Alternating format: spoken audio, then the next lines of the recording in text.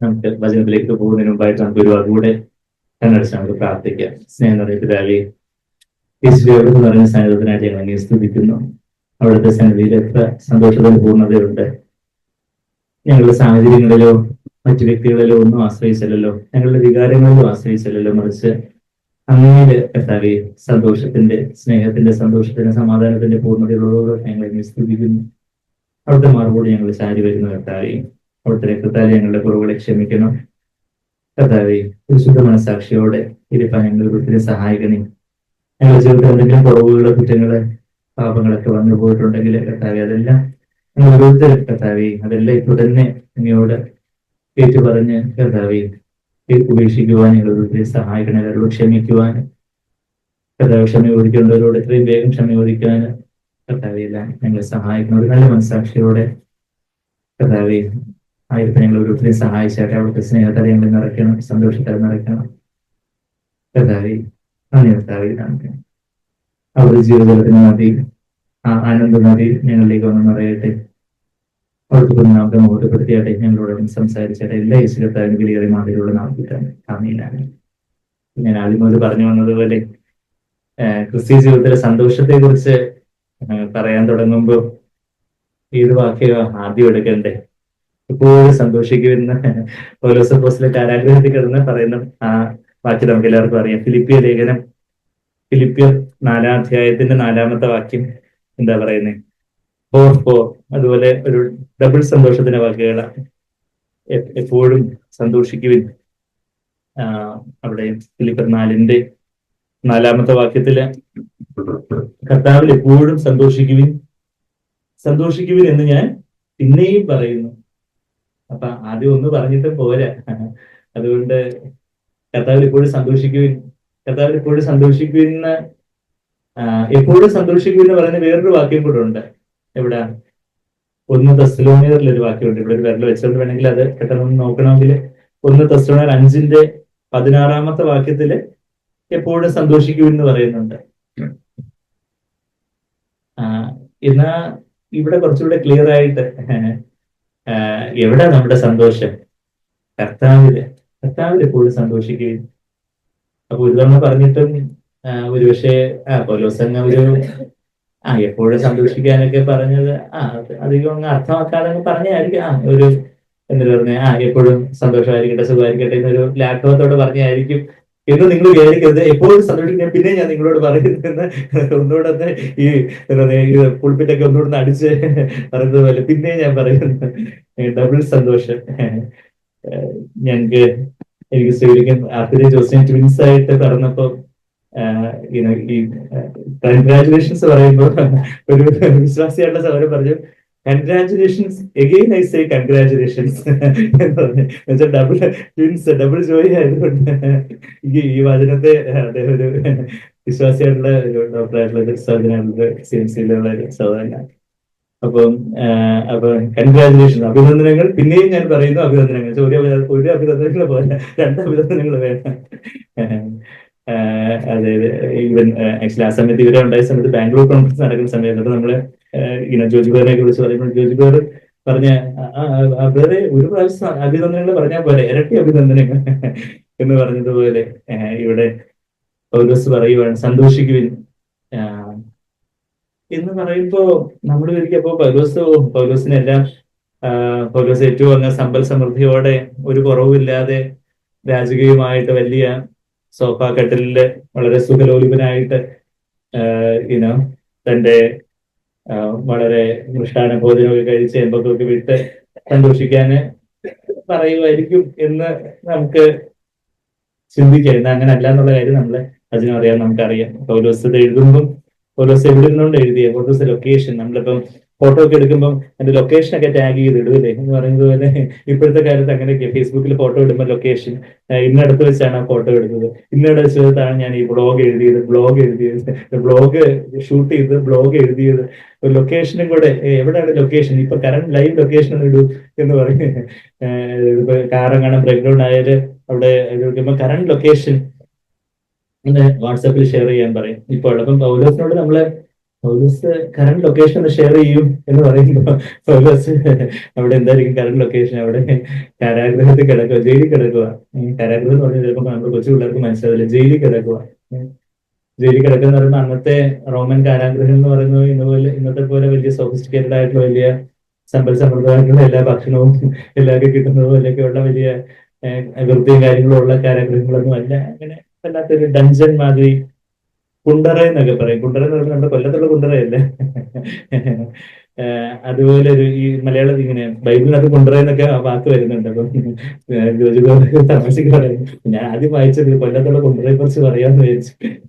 പിന്നെ ഒരു ഡഞ്ചൻ മാതിരി, അതായത് ആ ഒരു ആ ഒരു ഭൂമിയിലെ അങ്ങനെ അതുപോലെ ഒരു അറ മാതിരി, അവിടെ ആറ്റയും പല്ലിയും കൊതു ഈച്ചയും പൂച്ചയും, പൂച്ച ഉണ്ടെന്ന് അറിയത്തില്ല, അതുപോലുള്ള ക്ഷുദ്രജീവികളും എലിയും, അതുപോലെ ഒരു അങ്ങനെയൊക്കെയുള്ള ആ ഒരു സമയം, അതായത് AD 61 പൗലോസ് റോമിലെ കാരാഗ്രഹത്തിൽ എഴുതിയെന്ന് അതിന്റെ ഒരു ഇൻട്രഡക്ഷൻ നമ്മുടെ ബൈബിളിലൊക്കെ ഇൻട്രഡക്ഷൻ ഉണ്ടെങ്കിൽ AD 61 കർത്താവ് AD 29 AD 30 കർത്താവ് ക്രൂശിക്കപ്പെട്ടു എന്ന ചരിത്രം പറയുന്നത്. പൗലോസിനെ കർത്താവ് ശൗലിനെ പൗലോസാക്കി അനേക നാളുകൾ കർത്താവിനായിട്ട് അപ്പോസ്തലനായിട്ട് പൗലോസ് കാരാഗ്രഹത്തില് കിടന്നുകൊണ്ട് എത്ര ലേഖനങ്ങൾ എഴുതി?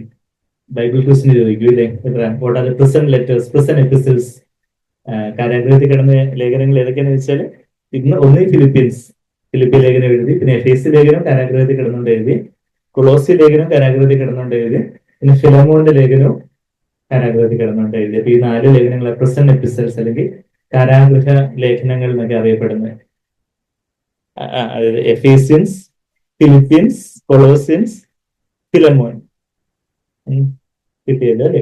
അതായത് നമ്മളിപ്പോ ഫിലിപ്പി ലേഖനം, അതായത് എന്തുകൊണ്ട് നമ്മൾ അറിയുന്നത്, എന്തിനാ നമ്മളിപ്പോ ബൈബിൾ ക്വസ്റ്റ്യൻ ആൻസർ ചെയ്യാൻ വേണ്ടി അല്ല അറിയേണ്ടത്. യഥാർത്ഥത്തിൽ അറിയേണ്ടത് എന്താണെന്ന് ചോദിച്ചാൽ, നമ്മൾ ആ ലേഖനങ്ങൾ വായിക്കുമ്പോൾ ജയിലിൽ കിടക്കുന്ന ഒരാളാണ് ഇത് എഴുതുന്നത് എന്നുള്ളൊരു കാര്യം, അത് നമ്മളെ ഒന്നുകൂടി ഉത്സാഹിപ്പിക്കും. എന്ന് വെച്ചാല് നമ്മുടെ ജീവിതത്തിൽ നമുക്ക് എന്തെങ്കിലും ഒരു കുറുപടി ഉണ്ടാകുമ്പോഴത്തേക്ക് അയ്യോ എല്ലാം പോയി, എല്ലാം പോച്ച്, ഇനിയിപ്പോ എനിക്കിനി ഒരു ആത്മീയ ജീവിതം ഉണ്ടോ, എന്റെ ജീവിതത്തിലെ സന്തോഷം എല്ലാം പോയി, എന്റെ മാർക്ക് കുറഞ്ഞു പോയി, എനിക്ക് വിചാരിച്ചോണെങ്കിൽ പരീക്ഷ എഴുതാൻ പറ്റിയില്ല, അല്ലെങ്കിൽ എനിക്ക് എനിക്ക് വിചാരിച്ചോണെങ്കിൽ പെട്ടെന്ന് രോഗസൗഖ്യമായില്ല, അല്ലെങ്കിൽ എനിക്ക് ഇന്ന അസുഖമുണ്ട്, പിന്നെ സാമ്പത്തിക ബുദ്ധിമുട്ടുണ്ട്, എന്റെ ജോലിയിൽ ഇന്ന പ്രശ്നങ്ങളുണ്ട്, എന്റെ ജോലിയിൽ എന്റെ ബോസ്, എന്റെ കൂടെയുള്ള ആൾക്കാർ എന്നെ ഇങ്ങനെ കുത്തുന്നു, എന്നെ അവര് കുറ്റം പറയുന്നു. അങ്ങനെ ശരിയാണ്, നമുക്ക് ചെറുതും വലുതുമായിട്ടുള്ള പല കഷ്ടങ്ങളിലൂടെ നമ്മൾ എല്ലാവരും പോകുന്നത്. അപ്പൊ ക്രിസ്ത്യ ജീവിതത്തിലെ സന്തോഷം എന്ന് പറയുമ്പോൾ എല്ലാം അങ്ങ് സമ്പൽ സമൃദ്ധിയുടെ സുഖലോലുപതയുടെ മടിത്തട്ടിൽ കിടന്നുകൊണ്ട്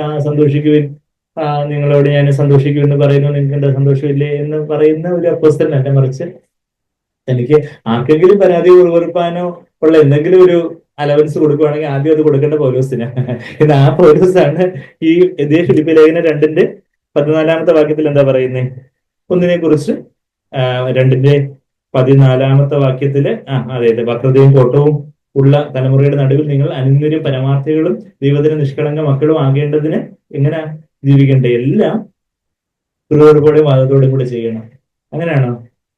പെട്ടെന്ന് വായിച്ചാൽ ചിലപ്പോൾ പിറവെടുപ്പോടെ വാദത്തോടെ കൂടെ ചെയ്യണമെന്നില്ല, കൂടാതെ ചെയ്യണം. പിറവെടുപ്പും വാദവും കൂടാതെ, without grumbling do all things without grumbling or disputing. ഒരു കാര്യവും നമ്മൾക്ക് നമ്മുടെ ഹൃദയത്തിലൊരു മുറുമുറുപ്പ് പരാതി, എന്നാലും എനിക്ക് ഇങ്ങനെ ഒരു ഭാര്യയെ കിട്ടി, അല്ലെങ്കിൽ എനിക്ക് ഇങ്ങനെ ഒരു ഭർത്താവിനെ കിട്ടി, എനിക്ക് ഇങ്ങനെയുള്ള മക്കളെയാണല്ലോ കിട്ടിയത്, എനിക്ക് ഇങ്ങനെയുള്ള അമ്മായിമ്മയാണല്ലോ കിട്ടിയത്, എനിക്ക് ഇങ്ങനെയുള്ള അമ്മായിനെ അല്ലെങ്കിൽ നാത്തൂനെയാണ് കിട്ടിയത്, അളിയനെയാണ് കിട്ടിയത്, എന്റെ അയൽവക്കാർ മാത്രം ഇങ്ങനെ ആയിപ്പോയല്ലോ, എന്റെ ബോസ്, എന്റെ സഹപ്രവർത്തകർ ഇങ്ങനെ ആയിപ്പോയല്ലോ, എന്റെ മരുമോൾ ഇങ്ങനെ ആയിപ്പോയല്ലോ, എന്റെ കൊച്ചുമക്കളോ, അല്ലെങ്കിൽ നമുക്ക് അങ്ങനെ പല കാര്യത്തിലൊക്കെ ഒരു ജഡത്തിൽ നിന്നുള്ള ഒരു അസ്വസ്ഥത. അവരെന്നാലും ഇങ്ങനെയാണല്ലോ, ഇങ്ങനെ ഒരാളെ ഇതെന്താ ഇങ്ങനെ ഞാനത്. പക്ഷേ കർത്താവ് നമ്മളെ യേശുവിനെ പോലെ യഥാർത്ഥത്തിലുള്ള യേശുവിന്റെ സന്തോഷം യഥാർത്ഥത്തിൽ അനുഭവിക്കാൻ വേണ്ടിയാ നമ്മുടെ ഈ ഭൗതികമായിട്ടുള്ള കാര്യങ്ങളെല്ലാം അനുകൂലമായിട്ട് നിൽക്കുമ്പം എനിക്ക് സന്തോഷമുണ്ട് എന്ന് പറയുന്നത് അത് ഒരു ടെസ്റ്റഡ് ആയിട്ടുള്ള ഒരു സന്തോഷമായിരിക്കണം എന്നില്ല. എന്നാൽ കാര്യങ്ങളൊക്കെ പലതും നമ്മളുടെ പല പ്രാർത്ഥനകളുടെ ഉത്തരവൊക്കെ നമുക്ക് ഇനിയും ലഭിക്കാനായിട്ടുണ്ട്. പല കാര്യങ്ങളും പ്രതികൂലമായിട്ട് ചില രോഗാവസ്ഥകളോ, ചില സാമ്പത്തികമായിട്ടുള്ള ബുദ്ധിമുട്ടുകളോ, അല്ലെങ്കിൽ ചില പല പ്രയാസങ്ങൾ നമ്മളുടെ പല തരത്തിലുള്ള കാര്യങ്ങളിലൂടെയൊക്കെ നമ്മൾ കടന്നു പോകുമ്പോൾ തന്നെ അതിന്റെയൊക്കെ നടുവില് കർത്താവിലുള്ള ഒരു സന്തോഷം. അതാ ആ കാരാഗ്രഹത്തിൽ കിടന്നുകൊണ്ടാണ് പൗലോസ് ഇപ്പൊ നമ്മൾ ആ ഫിലിപ്പർ 4 4 വാക്യത്തിൽ എന്താ വായിച്ചേ? കർത്താവിൽ എപ്പോഴും എപ്പോഴും സന്തോഷിക്കുന്നു. എപ്പോഴാ ആ എവിടാ സന്തോഷിക്കുന്നത്? നമ്മള് ബാക്കി സന്തോഷം തിരയാൻ സാധ്യതയുള്ള 3 ഇടങ്ങളുണ്ടെന്ന് പറയാം. ഒന്ന്, നമ്മളുടെ വികാരങ്ങളിലേക്ക് നമ്മൾ നോക്കും. എനിക്കിപ്പോ സന്തോഷമുണ്ടോ എന്ന് ഞാൻ എന്നിലേക്ക് നോക്കിയാ, എന്നിൽ എന്ന് വെച്ചാൽ എന്റെ ജഡത്തിൽ യാതൊരു നന്മയും വസിക്കുന്നില്ലെന്നാണ് റോമർ 7-18 വാക്യത്തിൽ നമുക്ക് എപ്പോഴും നമ്മൾ പറയുന്ന വാക്യമാണ്. പക്ഷെ നമ്മളുടെ വികാരങ്ങളിലേക്ക് നമ്മളിലേക്ക് തന്നെ നമ്മൾ നോക്കിയിട്ട്, എനിക്ക് രാവിലെ കുറച്ച് സന്തോഷം ഉണ്ടായിരുന്നു, ഇപ്പം കുറച്ച് സന്തോഷം കുറച്ച് കുറഞ്ഞു, വൈകുന്നേരം കുറച്ച് സന്തോഷം കുറച്ച് കൂടുമായിരിക്കും. അങ്ങനെ അത് നമ്മുടെ ഫീലിങ്സിലുള്ള കാര്യമാണ്. ആ ഫീലിങ്സിലുള്ള സന്തോഷത്തെ കുറിച്ചല്ല ഈ പറഞ്ഞു വരുന്നത്. അത് നമ്മുടെ വികാരങ്ങളിൽ നമുക്ക് തോന്നലുകള്, എനിക്ക് സന്തോഷം തോന്നുന്നുണ്ട്. But here we are choosing to rejoice. It is a choice. It is actually a തെരഞ്ഞെടുപ്പ്. അത് ഞാൻ സന്തോഷിക്കുവാനായിട്ട് ഞാൻ തെരഞ്ഞെടുക്കുന്നു എന്ന് പറഞ്ഞാല് നമ്മളുടെ നമ്മളുടെ നമ്മുടെ ഇച്ഛാശക്തി, അവിടെ ഐ സറണ്ടർ.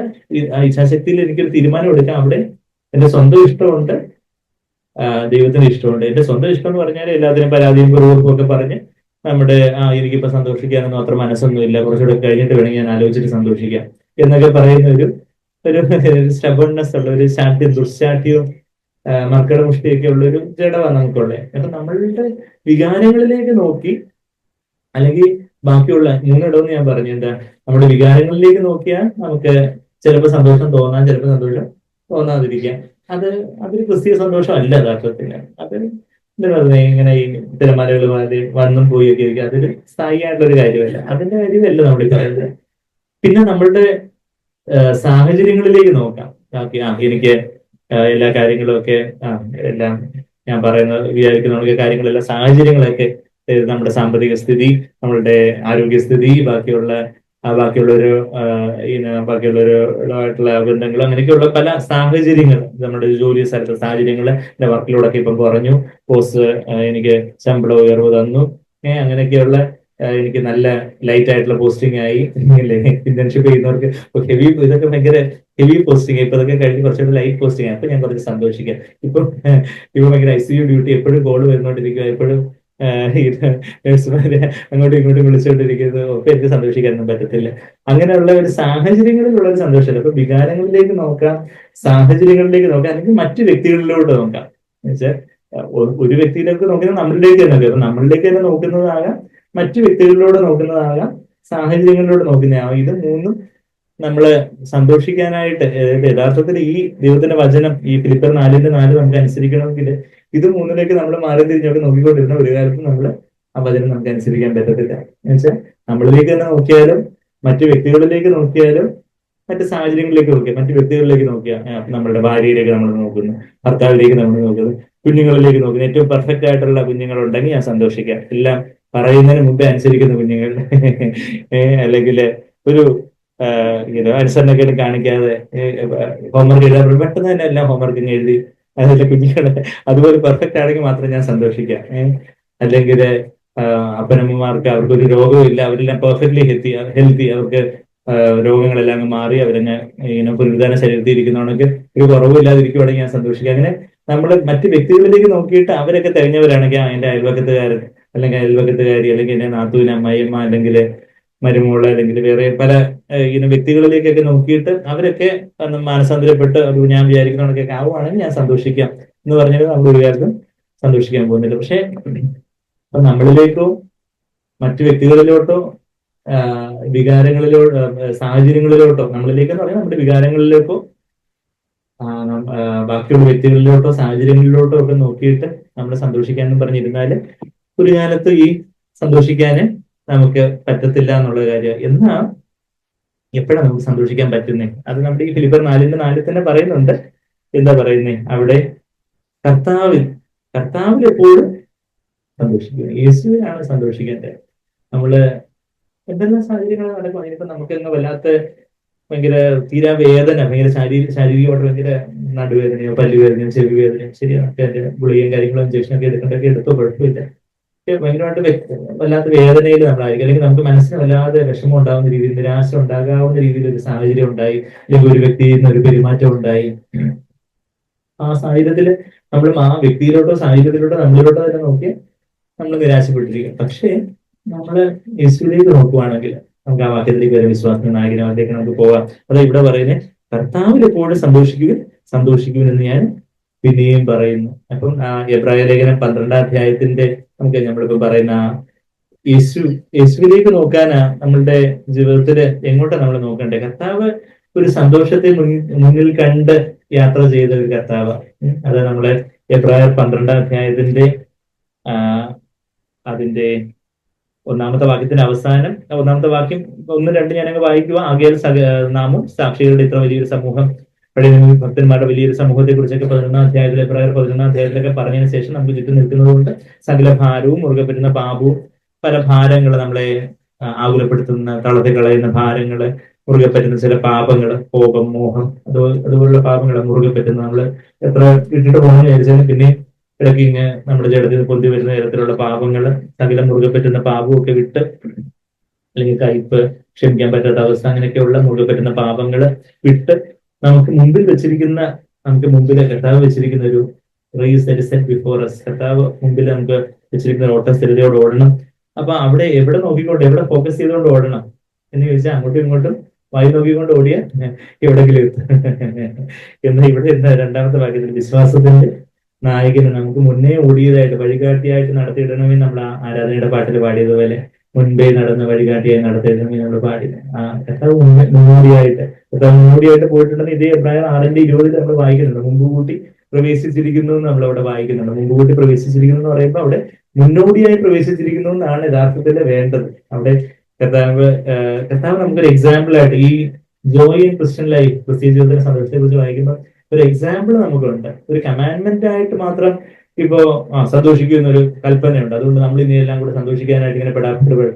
അങ്ങനെ ഒരു ഇപ്പൊ ഈ നീന്തൽ പഠിപ്പിക്കാൻ വേണ്ടി നീന്തലിന്റെ കോച്ച്, നിങ്ങൾ ഇപ്പൊ അങ്ങ് നീന്തണം, ഇങ്ങനെയൊക്കെ കൈയൊക്കെ കാണിച്ച് അങ്ങനെയൊക്കെ കാലൊക്കെ അടിച്ച് അങ്ങ് നീന്തിക്കോ, ചാടിക്കോ എന്ന് പറഞ്ഞാൽ നമ്മുടെ മുങ്ങിപ്പോയെന്ന് ചോദിച്ചാൽ മതി. പക്ഷെ ആ നീന്തലിന്റെ കോച്ച് നീന്തൽക്കുളത്തിൽ നമ്മുടെ കൂടെ ഇറങ്ങി ആദ്യം ഒന്ന് നീന്തി കാണിച്ച് ഇങ്ങനെയൊക്കെ ചെയ്യണം, നമ്മൾ കുറച്ചൊന്ന് മുങ്ങാൻ പോകുമ്പോഴത്തേക്കൊന്ന്, അല്ലെങ്കിൽ സൈക്കിൾ ചവിട്ടാൻ വേണ്ടി, സൈക്കിൾ ബാലൻസിന് വേണ്ടി നമ്മൾ പിള്ളേരെ സൈക്കിൾ ബാലൻസിൽ ഇങ്ങനെ അങ്ങോട്ടും ഇങ്ങോട്ടും ചെറിയാൻ പോകുമ്പോഴത്തേക്ക് ഇങ്ങനെ സൈക്കിൾ ബാലൻസ്, സൈക്കിൾ നാട്ടിൽ ചവിട്ടി കാണിച്ച് ഇങ്ങനെ ആ പെടല് താഴോട്ട് വരുമ്പോഴത്തേക്ക് ഈ പെടല് ചവിട്ടണം, പെടല് ചവിട്ടണം എന്നല്ല, സൈക്കിളിന്റെ പെടല് ചവിട്ടണം. അങ്ങനെയുള്ള ഒരു എക്സാമ്പിൾ ഉണ്ടെങ്കിൽ നമുക്കൊരു സന്തോഷമുള്ള കാര്യം എന്ന് പറഞ്ഞാൽ ക്രിസ്ത്യ ജീവിതത്തിൽ അതാ എബ്രായർ 6:20 വാക്യത്തിൽ സത്യവേദ പുസ്തകത്തിൽ ആ കർത്താവിന്റെ ടൈറ്റിൽ അത് വിട്ടുപോയിട്ടുണ്ടെന്നുള്ള ഒരു ദുഃഖകരമായിട്ടുള്ള കാര്യം. അതായത് അവിടെ എബ്രായർ നമ്മളിപ്പോ 12:2 ഞാനിപ്പം എബ്രായർ 6:20 വന്നു. അവിടേക്ക്, അതായത് അതിപരിശുദ്ധ സ്ഥലത്തേക്ക്, തിരുശീലയ്ക്ക് അകത്തേക്ക് അതിപരിശുദ്ധ സ്ഥലത്തേക്ക് യേശു മെൽക്കിസേദെക്കിന്റെ ക്രമപ്രകാരം ഇന്നേക്കും മഹാപുരോഹിതനായി മുമ്പ് കൂട്ടി പ്രവേശിച്ചിരിക്കുന്നു എന്നുള്ളത് ശരിക്കും പ്രാട്രമാസ് എന്ന് പറഞ്ഞൊരു ഗ്രീക്ക് വാക്കാണ്.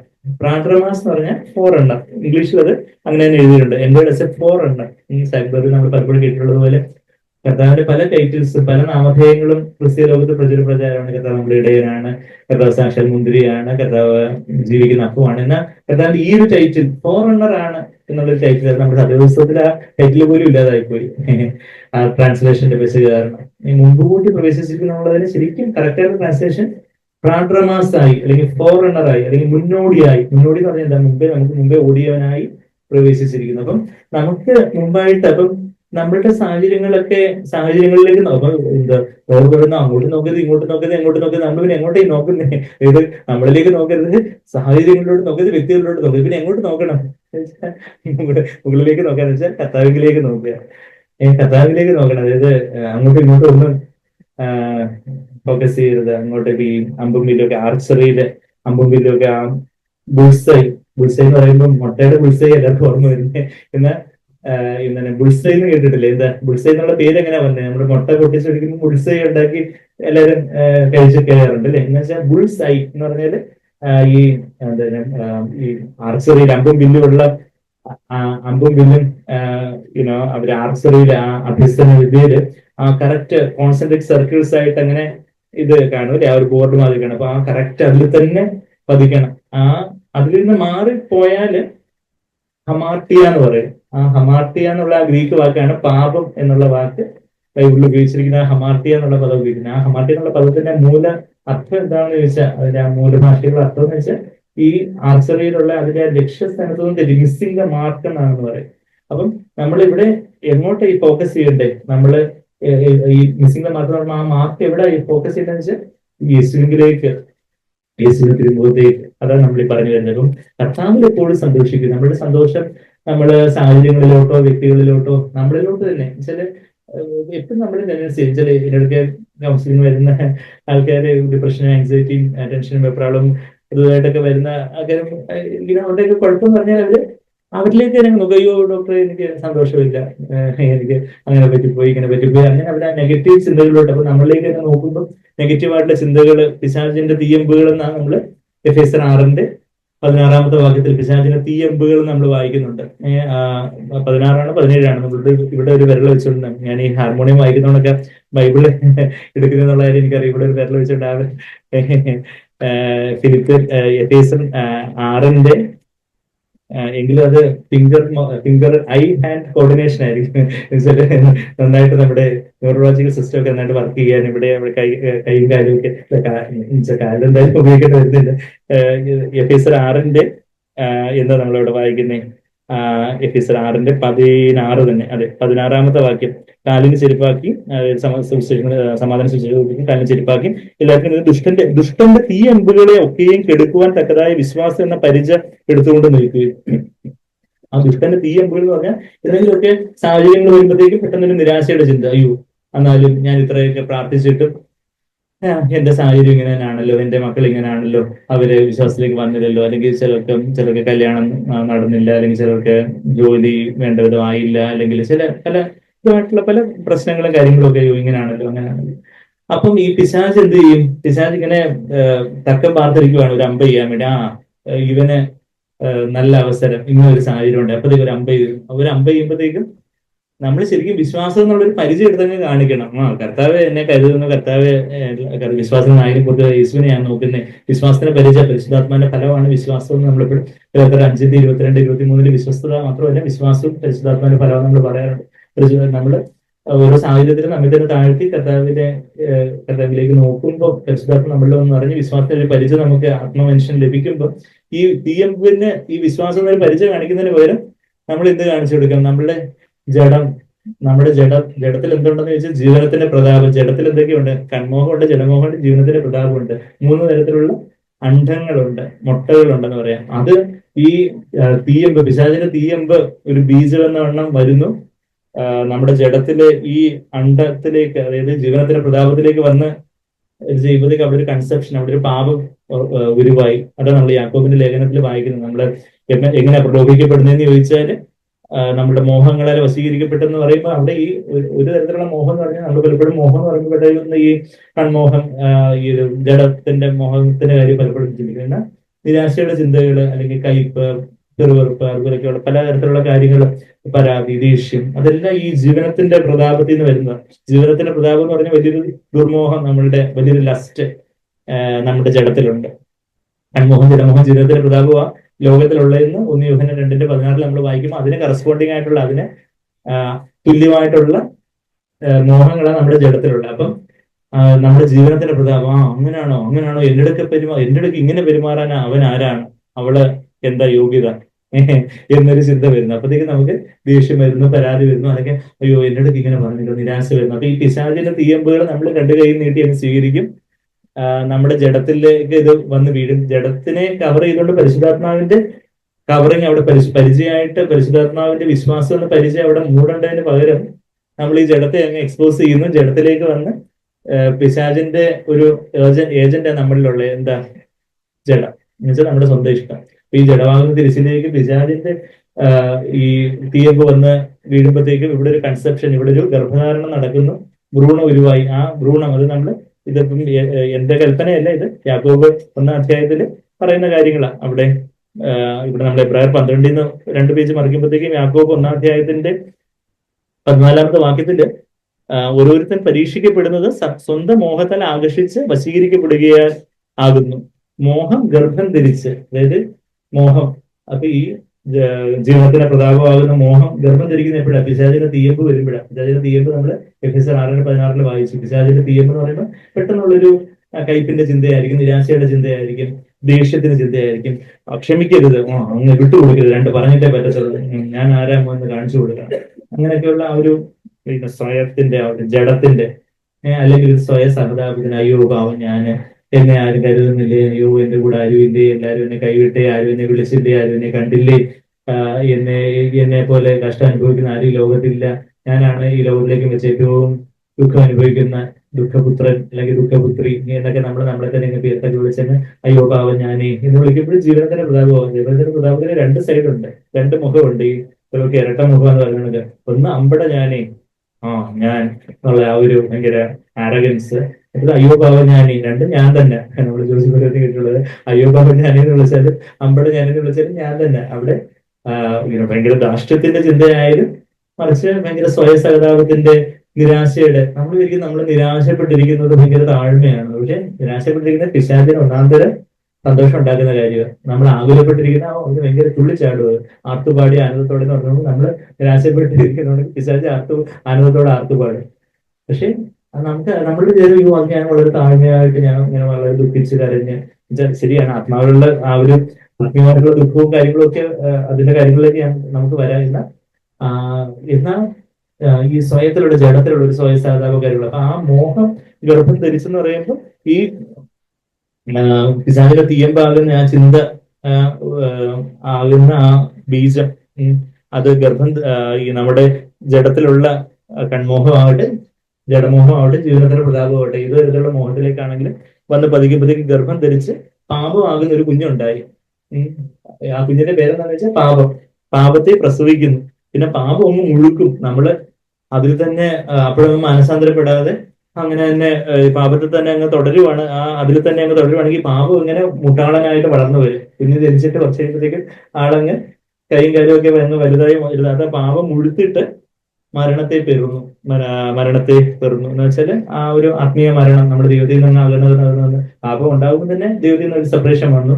പിന്നെ ആ പാപം മുഴുക്കാൻ അനുവദിക്കുന്നതോ, അയ്യോ ഞാൻ ഇങ്ങനെ നിരാശയിൽ ഒരു 5 ദിവസം കഴിഞ്ഞിട്ട് പിന്നെ ഞാൻ പിന്നെ ദൈവത്തോട് പ്രാർത്ഥിക്കുക, അത് കഴിഞ്ഞിട്ട് പിന്നെ ഞാൻ വചനം വായിക്കാം, ഞാൻ ഇങ്ങനെ ഒരു സ്വയ സഹതാപത്തിൽ കുറച്ച് നാളുകളൊക്കെ ഇങ്ങനെ അങ്ങ് പോകട്ടെ, ഞാനിങ്ങനെ എനിക്കിനി കൂട്ടായ്മയൊന്നും വേണ്ട, വചനമൊന്നും വേണ്ട, പ്രാർത്ഥനയൊന്നും വേണ്ട, ഞാനിങ്ങനെ സ്വയ സഹതാപത്തിൽ ഇങ്ങനെ കുറെ നാളൊക്കെ ഇങ്ങനെ ആടി പന്നി ഇങ്ങനെ ചെളിക്കകത്ത് ഇങ്ങനെ ഉഴലുന്നത് പോലെ ചെളിക്കകത്ത് കിടന്ന് അങ്ങോട്ടും ഇങ്ങോട്ടും പെരണ്ട് എല്ലാം ചെളിയെല്ലാം പറ്റി പാപമൊക്കെ മുഴുത്തിട്ട് പിന്നെ ഞാൻ കർത്താവിലേക്ക് വരാന്ന് പറഞ്ഞാൽ കൂടുതൽ പാടാ.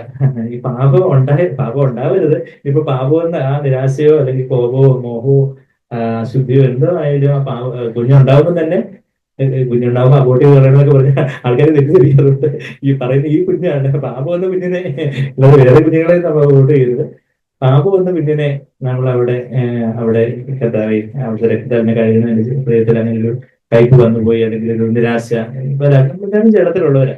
ആ ജഡത്തിന്റെ എവിടെ എക്സ്പോസ്ഡ് ആയിട്ട് ഇരിക്കുന്നു എന്ന് അവർ നോക്കി. അതായത് ഈ പണ്ട് റോമൻ പടയാളികളുടെ ഒക്കെ ആ ഹെൽമെറ്റ് ഒക്കെ കണ്ടാൽ നമുക്ക് ചിരി വരും. വെച്ചാൽ കണ്ണ് മാത്രം ഇങ്ങനെ കാണാം, ഇങ്ങനെ വാപോലും തുറന്ന് അവിടെ എന്തെങ്കിലും ദ്വാരം ഉണ്ടോ എന്ന് അറിയത്തില്ല. അതുപോലെ എല്ലാം ഇങ്ങനെ കവർ ചെയ്ത് വെച്ചാൽ എവിടെ ഓപ്പണിംഗ് ഉണ്ടോ അവിടേക്കാണ് ഈ ശത്രുവിന്റെ അമ്പ് വരുന്നത്. അപ്പൊ ഈ ജഡം സമ്പൂർണമായിട്ടും കർത്താവിന് കീഴടങ്ങി പരിശുദ്ധാത്മാവിന്റെ നിറവില് ആ ജഡത്തെ വിശ്വാസം എന്ന പരിചയം അങ്ങ് മൂടേണ്ടതാ.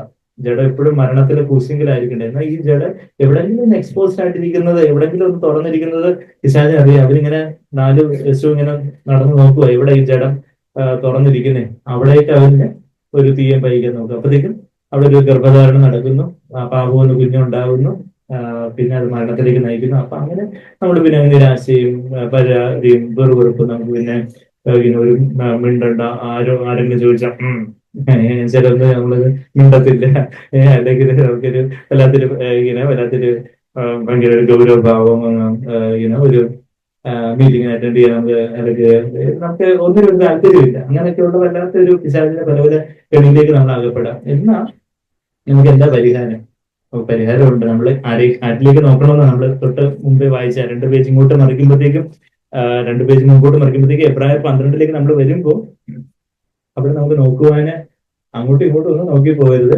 എങ്ങോട്ട് നോക്കണം, കർത്താവിലേക്ക് നോക്കണം. അതായത് നമ്മൾ തന്നെ താഴ്ത്തുക. പരിശുദ്ധാത്മാവ് എപ്പോഴും നമ്മളെ തന്നെ താഴ്ത്താനായിട്ട് ഉള്ളൊരു പ്രേരണ നമുക്ക് തരും. നമ്മൾ തന്നെ ആ പരിശുദ്ധാത്മ പ്രേരണയിൽ നമ്മളെ തന്നെ താഴ്ത്തുമ്പോൾ പരിശുദ്ധാത്മാവ് നമുക്ക് യേശുവിനെ കാണിച്ചു തരും. നമ്മുടെ ആത്മാവില് യേശുവിനെ കാണിച്ചു തരും. ആ വിശ്വാസത്തിന് നായകനും പൂർത്തി വരുത്തുന്നതിനുമായ യേശുവിനെ നോക്കുക. നോക്കുക എന്നുള്ള പദം നമ്മൾ പലപ്പോഴും ചിന്തിച്ചിട്ടുണ്ട്. അഫോറാവോ എന്നുള്ളൊരു പദമാണ്. അതായത് അപ്പോ പൊറാവോ. പൊറാവോ എന്ന് പറഞ്ഞാൽ നോക്കുക, അപ്പോ എന്ന് പറഞ്ഞാൽ ഔട്ട് ഓഫ് സെപ്പറേഷനെ കുറിക്കണം. എന്നുവെച്ചാൽ ബാക്കിയുള്ളവരിൽ നിന്നെല്ലാം ശ്രദ്ധ തിരിച്ച് ഒരു കാര്യത്തിലേക്ക് നോക്കുന്നതിനാണ് അഫോറാവോ എന്ന് പറയുന്നത്. ആ ഒരു പദമാണ് ഗ്രീക്കിൽ അവിടെ ഉപയോഗിച്ചിരിക്കുന്നത്. അതിന് തത്തുല്യമായിട്ട് മലയാളം പദം ഒറ്റ പദമായിട്ടില്ല. മറ്റെല്ലാത്തിൽ നിന്നും ശ്രദ്ധ തിരിച്ച് യേശുവിലേക്ക് നോക്കുക എന്നാണ് അവിടെ യഥാർത്ഥത്തിലുള്ള ട്രാൻസ്ലേഷൻ വേണ്ടത്. Turn your eyes upon Jesus with fullness wonderful face.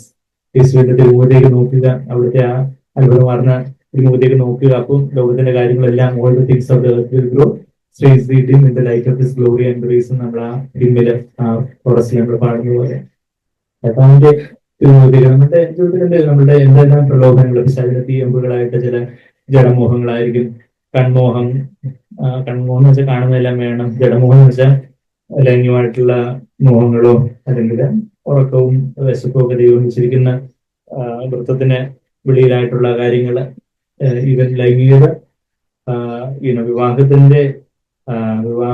വിവാഹമാകുന്ന വൃത്തത്തിനുള്ളില് പരസ്പര സമ്മതത്തോടെ സ്നേഹത്തോടെ ഉള്ളതാ യഥാർത്ഥത്തിലുള്ള ദൈവികമായ പരിശുദ്ധമായിട്ടുള്ള ലൈംഗികത. അതിന് വെളിയിലുള്ള കാര്യങ്ങൾ ഉറക്കവും വിശപ്പും ഒക്കെ ആണെങ്കിൽ ദൈവം വെച്ചിരിക്കുന്ന ഒരു വൃത്തത്തിന് വെളിയിലേക്ക് നമ്മൾ അങ്ങനെയുള്ള കാര്യങ്ങൾ കൺമോഹം ആവട്ടെ ജഡമോഹം ആവട്ടെ ജീവിതത്തിലെ പ്രതാപം, നമ്മൾ പറഞ്ഞ സെൽഫ് ഓണർ സീക്കിങ്, ആ ഒരു മനുഷ്യമാനം അല്ലെങ്കിൽ അയ്യോഭാവം, ഞാൻ അമ്പടഞ്ഞാനി, അങ്ങനെയൊക്കെയുള്ള ആ ഒരു മോഹങ്ങള്, അങ്ങനെ ആ മോഹങ്ങളുടെ അണ്ടങ്ങള് അല്ലെങ്കിൽ അതിന്റെ മുട്ടകള് നമ്മളുടെ ജഡത്തിലുണ്ട്. അപ്പൊ പിശാച് ഇങ്ങനെ നമ്മളെ നിരാശപ്പെടുത്താനായിട്ട് അവനിങ്ങനെ നാലുപാട് ചുറ്റി അവനിങ്ങനെ ഊടാടി സഞ്ചരിച്ചുകൊണ്ട് ദൈവം ഊടാടി സഞ്ചരിക്കുന്നു, ദൈവത്തിന്റെ കണ്ണുകൾ ഊടാടി സഞ്ചരിക്കുന്നു എന്ന് 2 ദിനവൃത്താന്തം 16:7 പറയുന്നത് പോലെ പിശാച് ഇങ്ങനെ ഊടാടി സഞ്ചരിച്ചുകൊണ്ടിരിക്കുക. നമ്മള് യോബിന്റെ പുസ്തകത്തിൽ വായിക്കുന്നുണ്ട് 1-ാം അധ്യായത്തിൽ. അവനിങ്ങനെ എല്ലാം സഞ്ചരിച്ച് വരുക, ദൈവത്തിന്റെ സന്നിധി വന്ന് യോബിനെ കുറിച്ച് കുറ്റം പറയാനായിട്ട് വരുന്നതായിട്ട് നമ്മളവിടെ യോബിന്റെ പുസ്തകം 1-ാം അധ്യായത്തിൽ കാണുന്ന പോലെ പിശാചിന്റെ കിങ്കരന്മാര് എല്ലാവരും എല്ലാം ഭൂതാത്മാക്കളെ ഇങ്ങനെ അഴിച്ചു വിട്ടേക്കുക. എങ്ങനെങ്കിലും ദൈവമക്കളെ നിരാശപ്പെടുത്തണം, അവരൊന്ന് തളച്ചിടണം, ഇവരൊന്ന് ഉറക്കണം വചനം പറയുമ്പോൾ. അപ്പൊ അങ്ങനെയൊക്കെയുള്ള കാര്യങ്ങളൊക്കെ ആയിട്ട് പിശാച് ഇങ്ങനെ ഊടാടി സഞ്ചരിച്ചുകൊണ്ടിരിക്കുമ്പോൾ നമ്മൾ എന്ത് ചെയ്യണം? നമ്മള് ദൈവഭാഗ്യ ഒരു താഴ്മയോടെ എന്തെല്ലാം പ്രലോഭനങ്ങളോ പാപത്തിൻ്റെതായ പ്രലോഭനങ്ങളോ കാര്യങ്ങളോ ഒക്കെ വരുമ്പോൾ അവിടെ നമ്മളെ തന്നെ ദൈവഭാഗ്യം അങ്ങ് താഴ്ത്തുകയാണെങ്കിൽ, ദൈവഭാഗ്യം അങ്ങ് ഒരു വട്ടപൂജ്യമായിട്ട് താഴെ ഞാനും എന്നിലേക്കോ ബാക്കിയുള്ള സാഹചര്യങ്ങളിലോട്ടോ മറ്റു വ്യക്തികളിലോട്ടോ ഒന്നുമല്ല കർത്താവ് ഞാൻ നോക്കുന്നു. ഞാൻ അങ്ങനെയൊക്കെ നോക്കുന്നു. എന്റെ വിശ്വാസത്തിന്റെ നായകൻ അത് തുടക്കം കുറിച്ചവൻ അവിടുന്ന് അത് പൂർത്തി വരുത്താനും അവിടത്തേക്കേ പറ്റത്തുള്ളൂ. അങ്ങനെയൊക്കെ ഞാൻ നോക്കുന്നു. അവിടെ നോക്കുമ്പോൾ ആ കർത്താവിന്റെ സന്തോഷത്തെ കുറിച്ച് നമ്മളവിടെ വായിക്കുന്നുണ്ട്. തന്റെ മുമ്പിൽ വെച്ചിരുന്ന സന്തോഷം, അതിന്റെ തൊട്ട് മുമ്പിൽ വെച്ചിരിക്കുന്ന ഓട്ടത്തെ കുറിച്ച് നമ്മൾ വായിച്ചു. ആ ഒരു പ്രാക്കമായി എന്ന് പറയുന്നൊരു ഒരു വാക്ക്, ഗ്രീക്ക് വാക്ക് ആ 1-ാമത്തെ വാക്യത്തിലുണ്ട്, 2-ാമത്തെ വാക്യത്തിലുണ്ട്. 1-ാമത്തെ വാക്യത്തില് സെറ്റ് ബിഫോർ ഇംഗ്ലീഷില് race that is set before ഉണ്ട്. ആ race that is set before ഓടുമ്പോഴാണ് joy that is set before ഉള്ളത്. പ്രാക്കമായി സെറ്റ് നമുക്ക് മുമ്പിൽ കർത്താവ് ഓട്ടം വെച്ചിട്ടുണ്ട്. ആ ഓട്ടത്തില് കർത്താവിനെ നമുക്ക് ഓടുവാണെങ്കിൽ അവിടെ കർത്താവിന്റെ മുമ്പിൽ വെച്ചിരിക്കുന്ന ഒരു സന്തോഷം നമുക്കും ഉണ്ട് എന്നുള്ളൊരു കാര്യമാണ് നമ്മളോട് വായിക്കുന്നത്. ഇതേ പ്രാക്കമ എന്നുള്ള ഇതേ വാക്ക്, ഈ ഗ്രീക്ക് വാക്ക് വേറെ എവിടെ ഉപയോഗിച്ചിട്ടുള്ളതെന്ന് ചോദിച്ചാൽ ഇതേ എബ്രായ ലേഖനം 6-ാം അധ്യായം നമ്മളിപ്പം മുമ്പ് വായിച്ചായിരുന്നു. 6:20 നമ്മൾ വായിച്ചായിരുന്നു. 6:18 നോക്കുവാണെങ്കിൽ മുമ്പിൽ വെച്ചിട്ടുള്ള പ്രത്യാശ പിടിച്ചുകൊള്ളു എന്ന് വായിക്കുന്നുണ്ട്. മുമ്പിൽ വെച്ചിട്ടുള്ള എന്നുള്ള ആ വാക്കാണ് എന്താ പ്രാക്കമൈ. രാകുന്ന കാര്യമല്ല, പ്രാക്കമൈ സെറ്റ് ബിഫോർ, മുമ്പിൽ വെച്ചിരിക്കുന്ന എന്നുള്ള വാക്ക് 3 തവണ എബ്രായ ലേഖനത്തിൽ ഉപയോഗിച്ചിരിക്കുന്ന എവിടെയൊക്കെയാ? എബ്രായർ 6-ന്റെ 18-ാമത്തെ വാക്യം take hold of the hope set before us. നമുക്ക് മുമ്പായിട്ട് ദൈവം വെച്ചിരിക്കുന്ന ഒരു പ്രത്യാശ, നമുക്ക് മുമ്പിൽ വെച്ചിരിക്കുന്ന ഒരു ഓട്ടം, നമുക്ക് മുമ്പിൽ വെച്ചിരിക്കുന്ന സന്തോഷം, അത് ദൈവം മുമ്പിൽ വെച്ചിട്ടുണ്ട്. അത് നമ്മൾ ആ ഓട്ടത്തിൽ ഓടുമ്പോഴാണ് ഈ പ്രത്യാശയും സന്തോഷത്തെയൊക്കെ നമുക്ക് പ്രാപിക്കാൻ സാധിക്കുന്നത്. അത് നമ്മൾ തിരിച്ചായ എബ്രായർ 12:2 വരുമ്പോൾ തന്റെ മുമ്പിൽ വെച്ചിരുന്ന സന്തോഷം ഓർത്ത് അവൻ അപമാനം അലക്ഷ്യമാക്കി അവന് അപമാനം, ഈ ഡിസ്പൈസ്ഡ് ദ ഷെയിം എന്നാണ് നമ്മൾ വായിക്കുന്നത്. ഡിസ്പൈസ്ഡ് എന്ന് പറഞ്ഞാൽ കർത്താവ് അതിനെക്കുറിച്ച് കറ്റാഫ്രോനിയോ എന്ന് പറഞ്ഞൊരു വാക്ക്, think little or nothing of, അതിനെക്കുറിച്ച് ചിന്തിച്ചതേയില്ല. ക്രൂശില് താൻ അപമാനിതനായിട്ട് കിടക്കുന്നതിനെ കുറിച്ചൊന്നും അല്ലായിരുന്നു കർത്താവിന്റെ ചിന്ത. ഈ ഡിസ്പൈസ് ദ ഷെയിം, ആ അപമാനം, ആ അപമാനത്തെ he didn't think of it, അതിനെക്കുറിച്ച് അങ്ങ് ചിന്തിക്കാൻ പോലും നേരം കളഞ്ഞില്ല. അയ്യോ, ക്രൂശില് വ്യവസ്ഥനായിട്ട് ഇങ്ങനെ അപമാനിതനായിട്ട് ഇങ്ങനെ കിടക്കേണ്ടി വരുമല്ലോ. അത് ക്രൂശില് ആശ്ചര്യങ്ങളുടെ ക്രൂശില് മാത്രമല്ല, കർത്താവിന്റെ ജീവിതത്തിൽ ഉടനീളം പിതാവിഹിതം ചെയ്തപ്പോൾ പല അപമാനങ്ങളും കർത്താവ് അത് അലക്ഷ്യമാക്കി. നമ്മുടെ ജീവിതത്തിൽ കർത്താവിന്റെ ഇഷ്ടത്തിനായിട്ട് നമ്മളൊരു സ്റ്റാൻഡ് എടുക്കുമ്പോൾ പലരും നമ്മളെ എതിർക്കുകയും കളിയാക്കുകയും ചെയ്യുമ്പോൾ ഒരു അപമാനമുണ്ട് അവിടെ. അതിനെക്കുറിച്ച് ചിന്തിക്കാൻ പോലും സമയമില്ല, വേറെ ഒത്തിരി കാര്യങ്ങളിലൂടെ ചിന്തിക്കാനുണ്ട് എന്ന് കർത്താവ് പറയുന്നത്. ആ അപമാനത്തെ അലക്ഷ്യമാക്കി മുമ്പിൽ വെച്ചിരിക്കുന്ന സന്തോഷത്തിലേക്ക് നമുക്ക് വരാം. അപ്പം മുമ്പ് വെച്ചിരിക്കുന്ന സന്തോഷത്തെ ഓർത്ത് അവൻ അപമാനം അലക്ഷ്യമാക്കി ക്രൂസിനെ സഹിക്കുകയും, അതായത് സ്വന്തം ഇഷ്ടത്തിന് മരിക്കുകയും ക്രൂസിനെ സഹിക്കുകയും ദൈവസിംഹാസനത്തിന് വലതുഭാഗത്തിരിക്കുകയും ചെയ്തു. അപ്പൊ ആ മുമ്പിൽ വെച്ചിരിക്കുന്ന സന്തോഷം എവിടാന്ന് വെച്ചാൽ ദൈവസിംഹാസനത്തില്ല. മുമ്പിൽ വെച്ചിരിക്കുന്ന സന്തോഷം പലരും പറയാറുണ്ട്, അവനൊരു കാന്തയെ കിട്ടും എന്നുള്ളൊരു സന്തോഷം. ശരിയാണ്, അങ്ങനെ ഒരു സന്തോഷമുണ്ട്. കർത്താവിന് ഒരു മണവാട്ടിയാകുന്ന സഭയെ കിട്ടും എന്നുള്ളൊരു സന്തോഷത്തെ ഓർത്ത് കർത്താവ് ക്രൂശിൽ സഹിച്ചു എന്ന് പറയുന്നത് തെറ്റില്ല, തീർച്ചയായിട്ടും ശരി തന്നെയാണ്. എന്നാൽ നമ്മൾ വചനത്തോട് ഭൂമിക്കുമ്പോൾ എവിടെയാണ് സന്തോഷത്തിന്റെ പൂർണ്ണത എന്ന് എവിടെ നമ്മൾ വായിക്കുന്നത്? നമ്മൾ സങ്കീർത്തനം കേട്ടിട്ടുണ്ടത്. സങ്കീർത്തനം 16:11 നമ്മളിപ്പോഴും പലപ്പോഴും പറഞ്ഞിട്ടുള്ള കുറുവാക്യമായിട്ട് വരെ എടുത്തിട്ടുള്ള വാക്യമാണ്. ഈ സന്തോഷം നമ്മൾ പറയുമ്പം സന്തോഷത്തിന്റെ പൂർണ്ണത എവിടാ? സങ്കീർത്തനം 16:11 ജീവന്റെ വഴി നീ എനിക്ക് കാണിച്ചു തരും. മുമ്പിൽ വെച്ചിരിക്കുന്ന വഴി ഏതാണെന്നാ പറയുന്നത്? ജീവന്റെ വഴി, മുമ്പിൽ വെച്ചിരിക്കുന്ന ഓട്ടം എന്ന് നമ്മളിപ്പോ Eബ്രായർ 12:1 വായിച്ചു. നമുക്ക് മുമ്പിൽ കർത്താവ് ഓരോ ദിവസവും നമ്മൾ പോകാൻ ഒരു പാത വെച്ചിട്ടുണ്ട്. ആ ജീവന്റെ വഴിയാണ്, ഒരു ക്രൂസിന്റെ വഴിയാണ്. അതായത് സ്വന്തം ഇഷ്ടത്തിന് മരിച്ച് കർത്താവിന്റെ ഇഷ്ടത്തിനായിട്ട് സമർപ്പിക്കുന്ന ഒരു വഴിയാണ്. അവിടെ ആ ജീവന്റെ വഴിയിലൂടെ നമ്മൾ നടന്ന് എങ്ങോട്ടാ ചെല്ലുന്നത് വെച്ചാൽ നേരെ ചെന്ന് കർത്താവിന്റെ സിംഹാസനത്തിലേക്കാണ് ചെല്ലുന്നത്. അതാ ജീവന്റെ വഴി നീ എനിക്ക് കാണിച്ചു തരും. കർത്താവ് തന്നെ കാണിച്ചു തന്നാലേ അത് കാണാനൊക്കത്തുള്ളൂ. അത് ഇടുക്കവും ഞെരുക്കമുള്ള ടൈനി വഴിയാണ്. ഇനിയിപ്പോ അതായത് വലിയ ഹൈവേ, നമ്മൾ പോകുമ്പോ ഹൈവേ നമുക്ക് മുമ്പോട്ടൊക്കെ പോയാൽ മതി. പക്ഷെ ഒരു കുടിസ് റോഡ് അതിലേക്കൂടെ എടുക്കണമെന്നുണ്ടെങ്കിൽ ഗൂഗിൾ മാപ്പ് കറക്റ്റായിട്ട് കാണിച്ചാലേ, അല്ലെങ്കിൽ നമ്മൾ മിസ്സായി പോകും. നമ്മൾ ആലപ്പുഴയിലോട്ട് ചർച്ചിലോട്ട് പോകുമ്പോൾ അയ്യോ അവിടുന്ന് ആ ഹൈവേന്ന് ആ ബൈപ്പാസ് എത്തി ഇവിടുന്ന് അങ്ങോട്ട് തിരിഞ്ഞ് അങ്ങനെ അങ്ങ് കയറി ചെല്ലാം. അപ്പൊ അത് അയ്യോ അവിടെ ആ പണ്ട് ടോൾ ഗേറ്റ് ഒക്കെ ഉണ്ടായിരുന്നു. ഇപ്പൊ ആ ടോൾ ഗേറ്റ് പണിച്ചു കളഞ്ഞു. ഇപ്പൊ പിന്നെ അവിടെ നമ്മൾ ഏതാണ്ട് കടയോ, ആക്രി കടയോ, അതെ, ഏതാണ്ട് ബദാം ട്രീ ഒക്കെ നോക്കിയ അടയാളം വെച്ചാൽ അത് കൊച്ചു റോഡാണ്. അത് ഇങ്ങനെ അപ്പൊ ഞാന് കൂടെ ഇരിക്കുന്നവർക്ക് പറയും, നോക്കണേ ആക്രിക്കട വന്നു, അവിടെ മണ്ണ് കൂമ്പാരോടെ ചിലപ്പോൾ കുറച്ച് കഴിയുമ്പോൾ മണ്ണ് കൂമ്പാരോടെ എടുത്തു ബദാട്രി ആരെങ്കിലും വെട്ടിക്കളഞ്ഞാൽ പിന്നെ നമ്മുടെ അപ്പൊ കൊച്ചു വഴി അത് ആരെങ്കിലും ഒന്ന് കാണിച്ചു തന്നെ എളുപ്പമായി എന്ന് പറഞ്ഞതുപോലെ ഇവിടെ ജീവന്റെ വഴി എന്ന് പറഞ്ഞാല് അനേകർക്ക് അത് കാണാൻ പറ്റുന്നില്ല. അതുകൊണ്ടല്ലേ ഇന്ന് ലോകത്ത് ഭൂരിഭാഗം പേരും നരകത്തിലേക്കുള്ള യാത്രയിൽ വളരെ സുഖലോലുപതയോടെ വളരെ സന്തോഷത്തോടെ അവരെ അടിപ്പാടി പോകുന്നത്. ജീവന്റെ വഴി അത് ഇടുക്കവും ഞെരുക്കമുള്ളതാ. അത് ചുരുക്കം ചിലരെ കണ്ടെത്തത്തുള്ളെന്ന് ആരാ പറഞ്ഞേ? മത്തായി 7:13-14 കർത്താവ് തന്നെ പറഞ്ഞ കാര്യമാണ്. അതാ കർത്താവ് ഇത് കാണിച്ചു തരണം. ജീവന്റെ വഴി നീ എനിക്ക് കാണിച്ചു തരും. You will make known to me the path of life. അപ്പൊ ആ വഴിയിലൂടെ കർത്താവ് വെച്ചിരിക്കുന്ന മുമ്പിൽ വെച്ചിരിക്കുന്ന ആ ഓട്ടത്തിലൂടെ പോകുന്ന നിന്റെ സന്നിധിയിൽ ആ കർത്താവ് മുമ്പിൽ വെച്ചിരിക്കുന്ന പാത, കർത്താവിനും മുമ്പിൽ വെച്ചിരിക്കുന്ന ഓട്ടം ഉണ്ടായിരുന്നു. പിതാവിനെ നോക്കി ഓടി പിതാവിന്റെ വലതുഭാഗത്ത് ചെന്നിരുന്നു. ആ പിതാവിന്റെ വലതുഭാഗത്ത് എന്താ ഉള്ളേ? അതാ നമ്മൾ വായിക്കുന്നത്, നിന്റെ സന്നിധിയിൽ സന്തോഷ പരിപൂർണതയും നിന്റെ വലതുഭാഗത്ത് എന്നും പ്രബോധങ്ങളും ഉണ്ട്. പണ്ടൊക്കെ ഞാനിത് വായിക്കുമ്പോ ഈ കർത്താവിന്റെ വലതുഭാഗത്ത് എനിക്ക് പ്രബോധങ്ങളുണ്ട് എന്ത് ഈ പറയുന്നുള്ള കാര്യം എനിക്ക് അറിയത്തില്ലായിരുന്നു. പക്ഷെ എത്ര മാസങ്ങൾക്കോ ഏതാനും വർഷങ്ങൾക്ക് മുമ്പ് പെട്ടെന്ന് ചെയ്യുക അതൊരു വെളിപ്പാടായിട്ട് കർത്താവിന്റെ വലതുഭാഗത്ത് ആരായിരിക്കുന്ന വെച്ചാൽ കർത്താവിന്റെ കാന്തയാണ്. അപ്പൊ കർത്താവിന്റെ വലതുഭാഗത്ത് എനിക്ക് പ്രബോധങ്ങളുണ്ടെന്ന് പറഞ്ഞാൽ കാന്തയായിട്ട് കർത്താവിന്റെ മണവാട്ടിയായിട്ട് മാർബോട് ചാരിയിരിക്കുന്ന അവൾക്കാണ് നിത്യപ്രമോദങ്ങളുള്ള കർത്താവിനോട് ആത്മാവിൽ ഒന്നാകുന്നതിന്റെ ഒരു വലിയൊരു സന്തോഷം. ഒരുവൻ ക്രിസ്തുവിനോട് ഒന്നാകുന്നുവെങ്കിൽ, ആത്മാവിൽ ഒന്നാകുന്നുവെങ്കിൽ അവൻ ഒരുവൻ യേശുവിനോട് പറ്റിച്ചേരുന്നത് കർത്താവിനോട് ഏക ആത്മാവാകുന്നു. 1 Corinthians 6:17 one who joins himself to the Lord is one spirit with him. അതായത് നമ്മളെ തന്നെ നമുക്ക് എങ്ങനെയാ നമ്മളിപ്പം ഈ പിശാചിനോട് ഒന്നാകുന്ന കാര്യം ഇപ്പൊ നമ്മൾ പറഞ്ഞു. എന്താ ജഡത്തിന്റെ ഓട്ടയൊക്കെ നോക്കി അവൻ കൂരമ്പ് തീയമ്പൊക്കെ ഇട്ട് പാപമാകുന്ന കുഞ്ഞിനെ പെറ്റെടുക്കാൻ വേണ്ടി പിശാച് ചെയ്യുന്ന കാര്യങ്ങൾ. എന്നാൽ നമ്മളുടെ ഈ ജഡത്തെ, നമ്മുടെ സ്വന്തം ഇഷ്ടത്തെ കർത്താവിനായിട്ട് അങ്ങ് ഏൽപ്പിച്ചു കൊടുക്കുക. കർത്താവിനായിട്ട് ഏൽപ്പിച്ചു കൊടുക്കുമ്പോൾ കർത്താവിന്റെ വചനമാകുന്ന കെടാത്ത ബീജം എന്ന് നമ്മളവിടെ 1 പത്രോസ് 1:23 വായിക്കുന്നുണ്ട്. മറ്റേത് പിശാചിനെ തീയമ്പ പാപത്തെ പാപത്തിനായിട്ട് വേണ്ടിയുള്ള ബീജം. എന്നാൽ ഇത് വചനത്തെ യുനോ അത് ഒന്ന് ഇവിടെ ഒരു വിരൽ വെച്ചോ, ഇവിടെ വിരൽ വെച്ചില്ലെങ്കിൽ പിന്നെ നമുക്ക് തിരിച്ച് വരണമെങ്കിൽ വരാം. 1 പത്രോസ് 1:23 വചനത്തെ കെടാത്ത ബീജത്തോട് ഉപമിച്ചിട്ടുള്ള ഒരു കാര്യം നമുക്കറിയാം. ആ ഒരു 1 പത്രോസ് 1:23 കെടുന്ന ബീജത്താലല്ല കെടാത്തതിനാൽ ജീവനുള്ളതും.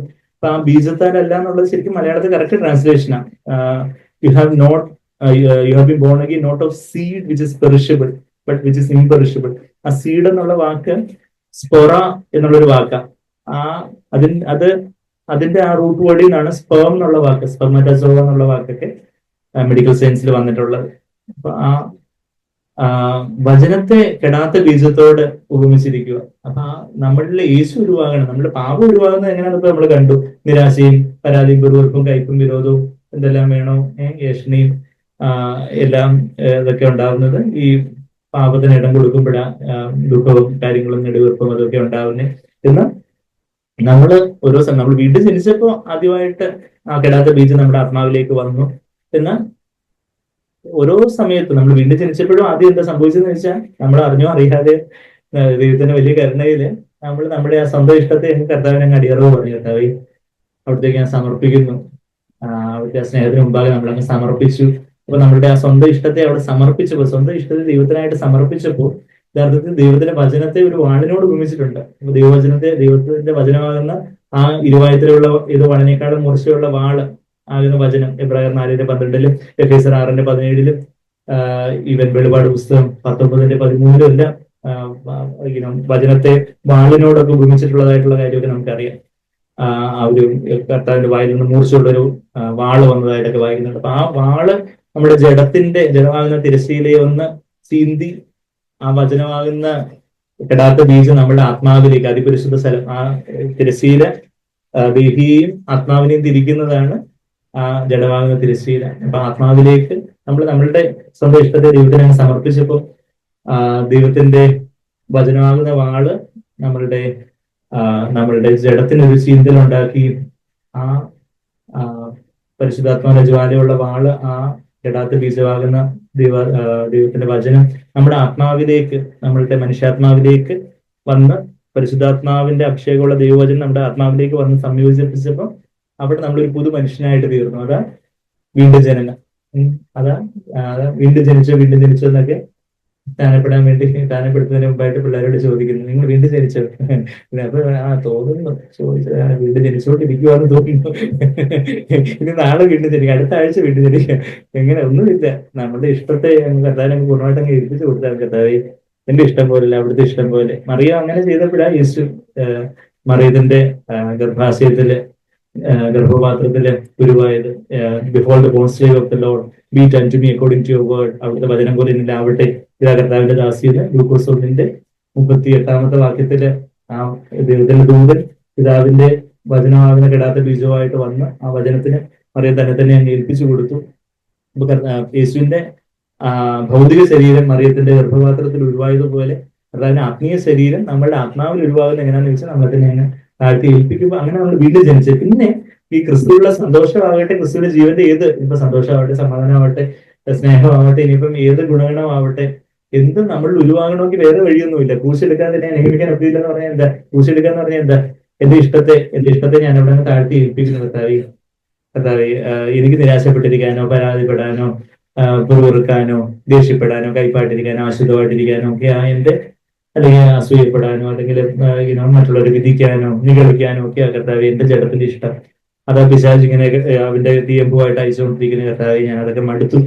ഈ പാപത്തിന്റെ കുഞ്ഞുങ്ങളൊക്കെ വളർന്നു വരുന്ന വല്ലാത്ത മരണം, ആത്മീയ മരണം ഉണ്ടാകുകയും കർത്താവ് പാപത്തെ എല്ലാം അവിടുന്ന് കർത്താവ് അവിടുത്തെ രക്തതലം കഴുകി കളഞ്ഞ കർത്താവ് എന്റെ ജഡത്തെ, എന്റെ സ്വന്തം ഇഷ്ടത്തെ ഞാൻ വീണ്ടും കർത്താവ് മരണത്തിനായിട്ട് നമ്മളുടെ ആ ജഡവാകുന്ന തിരശ്ശീലെ അവിടെ നമ്മുടെ ഇച്ഛാശക്തിയിൽ നമുക്ക് ഒന്നിൽ ഈ സ്വന്തം ഇഷ്ടത്തിന് ജഡത്തിന് ഇടം കൊടുക്കാം, അല്ലെങ്കിൽ കർത്താവിന്റെ വചനമാകുന്ന വാളിന് ഇടം കൊടുക്കാം. അപ്പം അവിടെ നമുക്കൊരു ചോയ്സ് ഉണ്ട്. അവിടെ പരിശുദ്ധാത്മാവ് എപ്പോഴും നമ്മെ തന്നെ താഴ്ത്താൻ, നമ്മുടെ സ്വന്തം ഇഷ്ടത്തെ താഴ്ത്തി ഏൽപ്പിക്കാനായിട്ട് പ്രേരിപ്പിക്കുക. അപ്പൊ അവിടെ നമ്മളെ തന്നെ അങ്ങ് താഴ്ത്തി ഏൽപ്പിക്കുമ്പോൾ എന്താ സംഭവിക്കുന്നത്?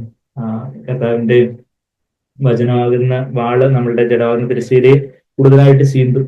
അപ്പൊ അതിനനുസരിച്ച് പരിശുദ്ധാത്മാവിന്റെ ആ വചനത്തിലുള്ള ജ്വാലയുള്ള വാളെന്നാണ്, വാളിന്റെ ജ്വാലയുമായി രൂപ ജീവവൃക്ഷത്തിലേക്കുള്ള വഴി കാക്കാനായിട്ട് നിർത്തിയെന്നാണ് ഉൽപ്പത്തി 3:24 നമ്മൾ വായിക്കുന്നത്. ഇനി അപ്പൊ വാളിന്റെ ജ്വാല, പരിശുദ്ധാത്മാവ്, കെടാത്ത ബീജമാകുന്ന അഭിഷേകമുള്ള ദൈവത്തിന്റെ വചനം നമ്മുടെ ആത്മാവിലേക്ക് വന്ന് വീണ്ടും സംയോജിക്കുമ്പോൾ അവിടെ യേശുവിന്റെ ജീവൻ ഉരുവാകുക. അങ്ങനെ നമ്മുടെ ആത്മീയ മനുഷ്യൻ, അങ്ങനെ നമ്മുടെ ആത്മീയ പുഷ്ടി ഉണ്ടാകും. നമുക്ക് ആത്മീയമായിട്ട് നമ്മൾക്ക് ഭൗതികമായിട്ടുള്ള ഭക്ഷണം നമ്മൾ കഴിക്കുമ്പോൾ പ്രോട്ടീൻസും കാർബോഹൈഡ്രേറ്റും ഫാറ്റും മിനറൽസും വൈറ്റമിൻസും എല്ലാം കൂടെ, വാട്ടറും എല്ലാം കൂടെ നമ്മളുടെ സമീകൃത ആഹാരം, ബാലൻസ്ഡ് ആയിട്ട് കഴിക്കണം എന്ന് പറയുന്നത് പോലെ സമീകൃത ആഹാരം നമ്മളുടെ ഈ ഭൗതിക ശരീരത്തിന് പുഷ്ടിയാവുന്നത് പോലെ നമ്മൾ ഈ ദൈവത്തിന്റെ വചനത്തിന് ഇതുപോലെ നമ്മളെ തന്നെ കീഴടക്കി കൊടുക്കുമ്പോൾ അവിടെ എന്താ ഈ ജഡമാകുന്ന തിരശ്ശീല ചീന്തപ്പെടുകയും നമ്മുടെ ആത്മാവിലേക്ക് ദൈവത്തിന്റെ ജീവൻ എന്തുണ്ട്?